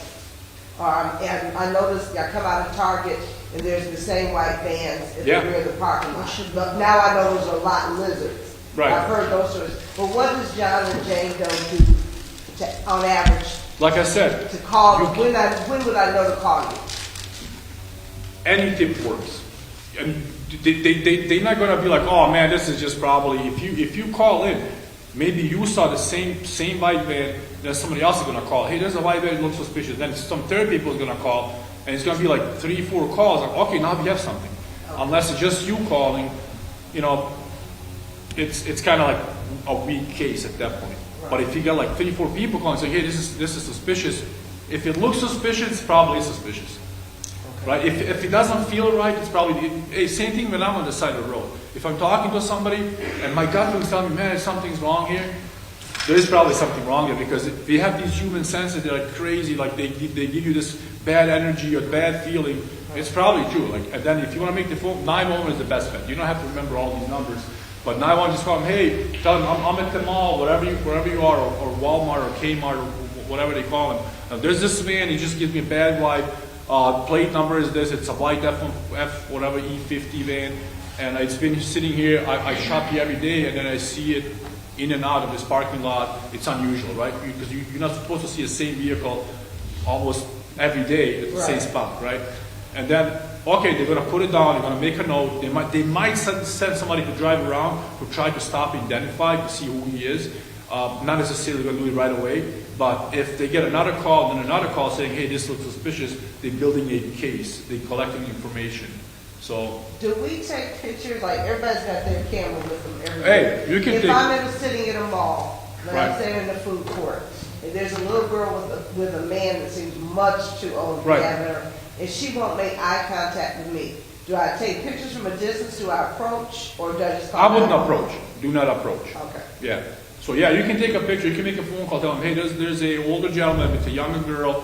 It just looks suspicious. You know, you might not be the first one calling about it. You might be the third one or fourth one, and then guess what? Okay, now we have something because it looks suspicious. You know, and like I mentioned earlier, if it looks suspicious, probably something's probably going on there. But yeah, do not approach me like I know you being trafficked because it's not going to be accepted very well. You know, I wouldn't be that stupid. Right, yeah. But believe me, people done it before. People done it, yeah. Where people, and they have this. Before I came in here, I was at the post down there, and I guess there's just some group that exposes these traffickers.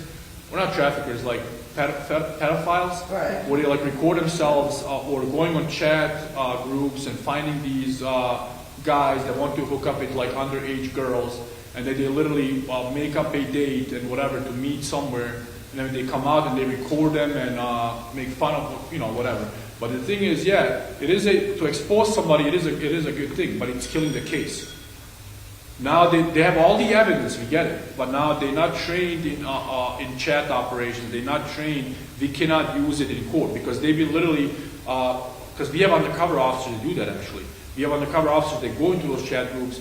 And if I'm the officer, I can be like, hey, you want a picture of me? Hey, you want to meet up? Hey, has to come from the. You're messing up the case. You're messing up the case, and that's all they do. They're exposing people all the time, but they're messing up good cases. Where we could catch these guys, but now we can't. Even to prosecute them, now they know. Oh, I've been exposed. They're gonna probably, you know, like, be even more careful. I don't know. I literally just talked about this like I was at the post this morning, and one of our guys that does that, like do those cases. There's a group out there that's literally doing that, just exposing people, and it's not. I would say for prosecution, it's a really bad thing because. So what am the NFL draft? You know that's going to be heavy coming up next week. What if I go downtown next week? What should I be looking for? It could be anything, like, but don't be like no, just like. No, I'm not gonna go down. But yeah, just like okay, I'm here for the human trafficking game. I'm gonna get somebody now. No, I'm not gonna do that. Yeah, just like I said, gut feeling, the unusual stuff. I mentioned like when it comes to segment, if it doesn't look right, it's probably not right. You know, I can't give you like specific details because there might be something you'd be like, oh well, the officer told me this is human trafficking, and then you being trafficked, and you know, I'm not saying. I would never say that. Well, yeah, but I don't want to give you like too much because you're gonna, you know, be focusing on that, or on the wrong stuff, or you're gonna be thinking too much into it, or you know, hey, if it doesn't seem right, it's probably not right, you know. So that's pretty much it. Thank you so much. Any more questions? Thank you so much. Thank you guys for having me.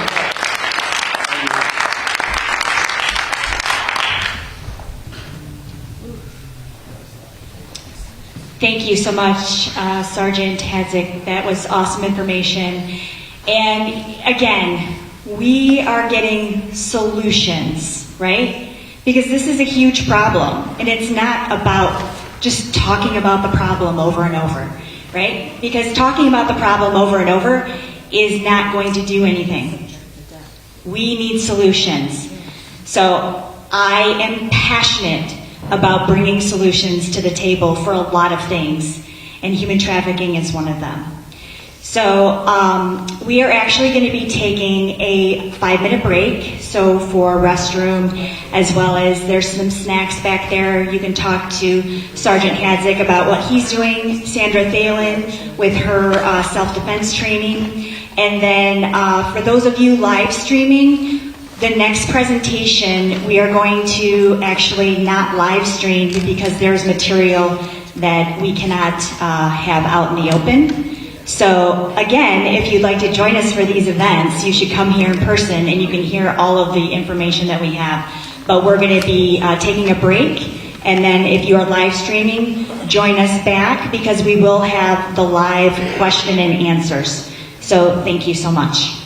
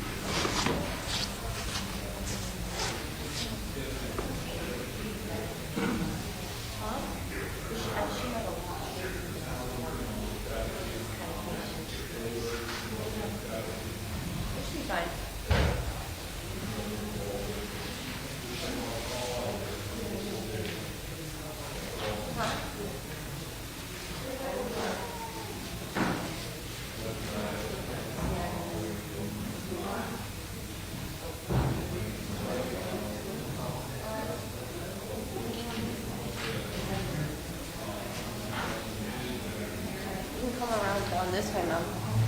Or actually, he just moves.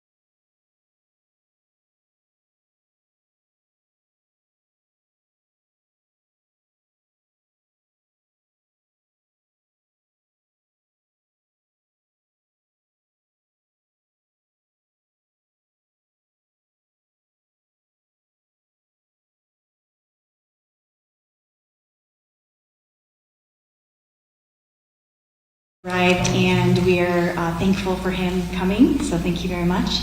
But we want, obviously, more people to hear what he has to say, so we're going to wait for the live stream in order for him to speak. So, again, if you know of anybody that you think should be here, you need to start texting them. So, okay, so we are live. So, thank you so much for coming. Thank you so much for watching online. Again, human trafficking is such an important topic that we need to talk about. And it's not just something that we need to talk about occasionally. This is something that we need to talk about on a consistent basis. So right now I'm going to bring up Tony Guzmano, and he is actually one of our speakers today, but he's going to say a few words. Hey, real quick, how's everybody doing?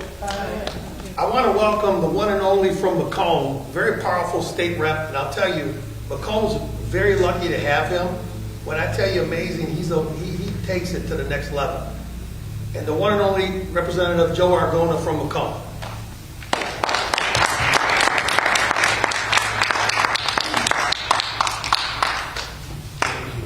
Thank you, Tony, for having me. I appreciate it. I won't take up too much of your time, but Tony asked me to come down and just say a couple of words. Tony has been in law enforcement his entire career. I'm sure he'll talk a little bit about that when he starts his presentation, both in the armed forces as well as police. So he's very knowledgeable on a lot of these issues. And he's actually kind of my counsel when I go up to Lansing to say, all right, we're starting to take a look at some of these issues. We're looking at this issue regarding human trafficking or what have you. This is the guy that I go to. So very knowledgeable individual. In Lansing, there's a lot of things that I'd like to see that we can do to help combat a lot of these issues. We've passed some resolutions. We're trying to bring awareness to it.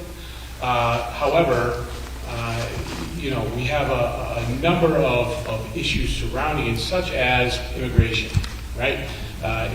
If people are being trafficked over the border, how are we supposed to know who they are, and then how are we supposed to combat this crime?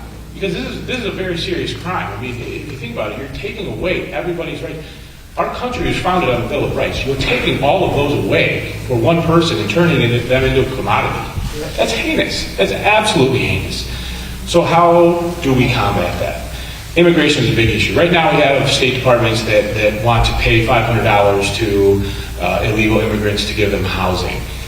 How are you supposed to do that? They're signing up. You don't even know who's here. You can't even have an exact count. Are they being human trafficked? Are they criminals? We don't know these type of things. So the federal government really needs to start addressing some of these issues. The immigration system itself is broken. I mean, my family came here from Sicily. They came here for the American dream. It's a land of opportunity, right? I encourage people to do that, but do it the right way, through the legal means, so we know who's coming here. And right now, the southern border especially is just incredibly porous, and it's more than just Central and South Americans. It's people from all over the world, and unfortunately, we don't know what's coming across. Although we do know that quite a few drugs and human trafficking issues are coming across right now. So that's something we really need to address. Again, in Lansing, we're doing whatever we can at a state level. But one thing I would encourage anybody involved in this issue, who is the person who is doing, I saw a table back here for self-defense. Is that you, ma'am? Good job. Because that's really something that people who are involved in this, or you've seen it happen, or you want to defend yourself against any type of crime, whether it's human trafficking or not, I am a full supporter of our police. However, our police are always at least 2 minutes away. How are you going to defend yourself in those 2 minutes? So great job. Keep up the good work. If there's anything else I can do for you guys, if there's any thoughts you might want to share, please reach out to me in my office. Again, my name is Joe Aragona. I represent the middle of Macomb County. Thank you for having me, and if I can support you guys in any other way, I will. Thank you.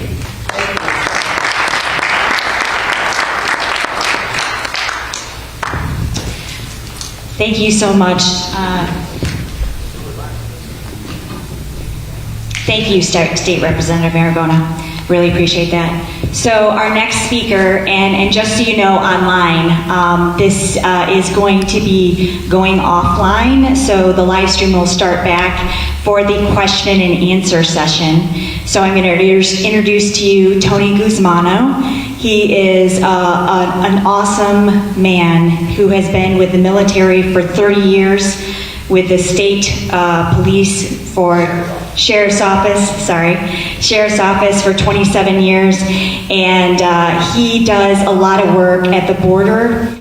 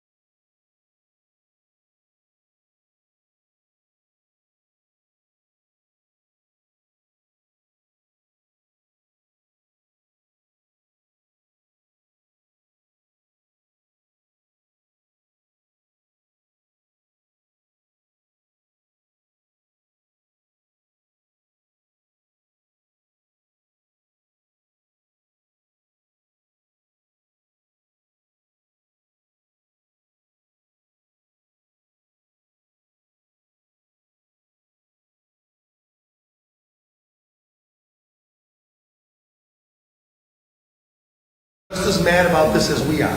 This And is it doesn't matter if we're because Republican or Democrat, I'm just saying.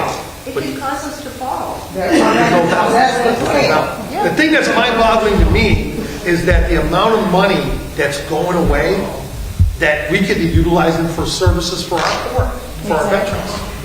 Yes, ma'am. Okay, this might be a dumb question. No questions, a dumb question. So, is the trafficking happening under the water and submarines and stuff? I know there's ships and stuff that are So transporting victims. that is a question that you would have to direct to somebody in the Navy or the Coast Guard. I know with Epstein's Island, they were taking like Right. boats to get them to the Yeah, island. so for me, I was an air guy and I was a sheriff. So I didn't really deal, even though I did a short stint on the Detroit River as a patrolman in the water division, but I'm not, that's not my expertise. I would ask someone from the Coast Guard about that. Can I give a spiritual answer to that? Sure. We have dominion where the foul of the air, that decrees across the ground, and that which swims in the sea. Satan is a corrupter, a co-opter, and a liar. He's going to, by spiritual realm, take the very areas that we are to have dominion in the air, on the ground, and under the water. All you got to just transverse the word, and you can get an idea of how satanic things operate. I will say this though, as sophisticated as our Navy is, without disclosing classified information, it's going to be hard for something to move under the water without them knowing. I will say that. Because they caught that submarine in Detroit, what was it, last year? And that But they did so close. When I lived in D.C., there was one in New York Harbor. I mean, it was like, so now y'all found out? And the only reason I knew was because I knew certain people in the circle in D.C., because I lived there for 10 years. Sure. And it was the stuff that you hear inside the Beltway as opposed to what you hear outside the Beltway. And I remember a couple times thinking, I'm just sitting up because I knew enough to be warned, but at the same time I didn't have a hookup to be in the tunnels. Right. Under DC, so you're just like sitting there waiting on like a shooting gallery. Right. So when I was at the World Trade Center attack, I was there as a sheriff. I wasn't there as a military member. And what I saw, I don't see no conspiracy theories that I hear. I didn't witness that as collecting evidence. I did collect evidence, and I didn't see any of that. Did anybody find a plane fuselage? Yeah, there was evidence in the plane. No doubt about that plane hit. So are they using the DUMs to transport trafficking victims to? I'm sorry, using the what? The deep underground military bases underground that run all throughout our country. So here's what I tell people.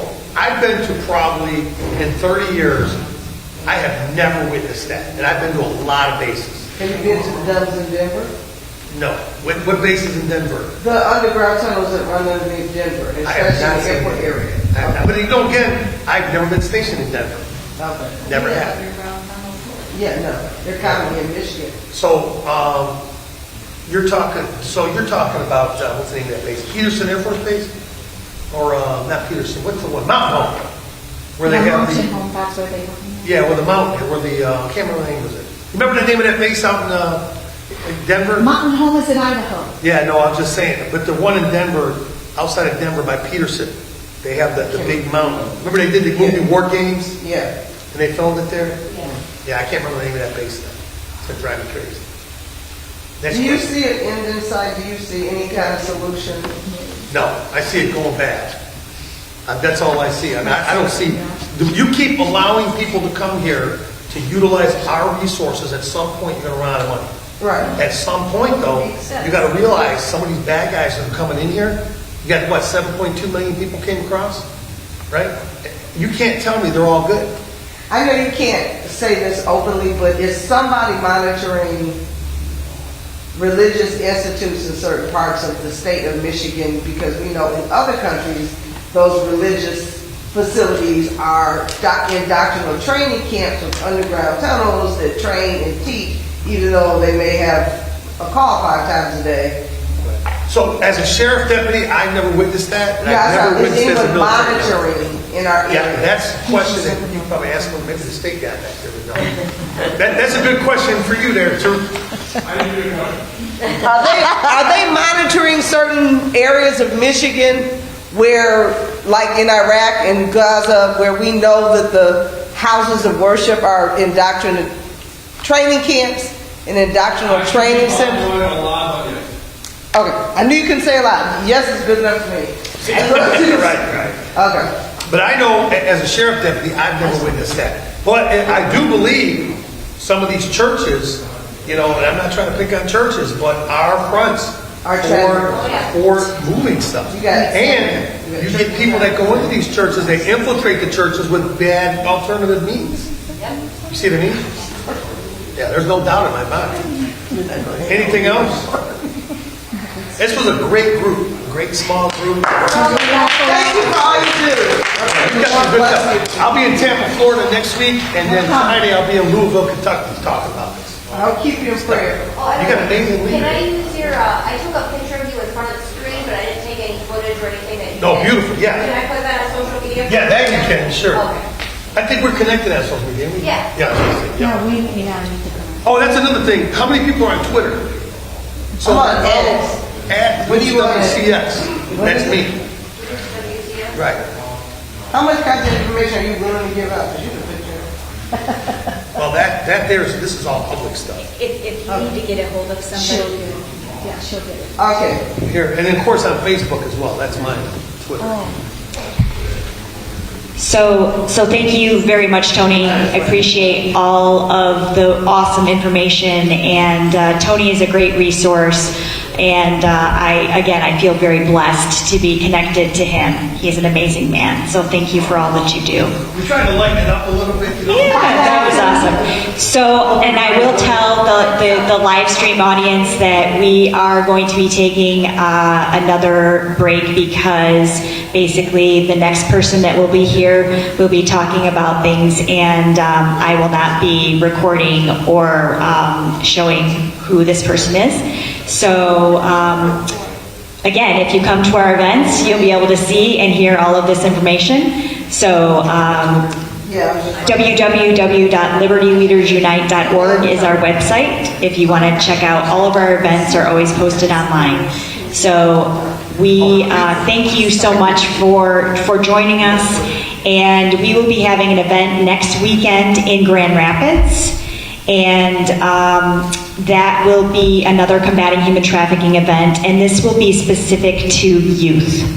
So we will have an awesome person from Centurions of Michigan who will be sharing basically a role play discussion. We will also have a roundtable discussion with a survivor as well as a crisis counselor. And we will also have another officer that will be representing Truckers Against Trafficking and a lot of other great speakers. So please, if you are not in the Grand Rapids area and you know somebody in the Grand Rapids area, please share, because this event is going to be a really awesome event and we need to be aware. So thank you so much for coming. Thank you so much for watching online, and God bless you guys. Again, you can reach us at 1-833-560-0056 or visit our website at www.libertyleadersunite.org. Thank you so much. Hey, real quick, can we get a picture of everybody? Yes. If we get everybody up front, get a picture. Yes. I always do that at my events. I always get a picture. Sometimes we got big crowd. Hey, crew, we can get a picture of everybody. That I have to zip up my coat because orange.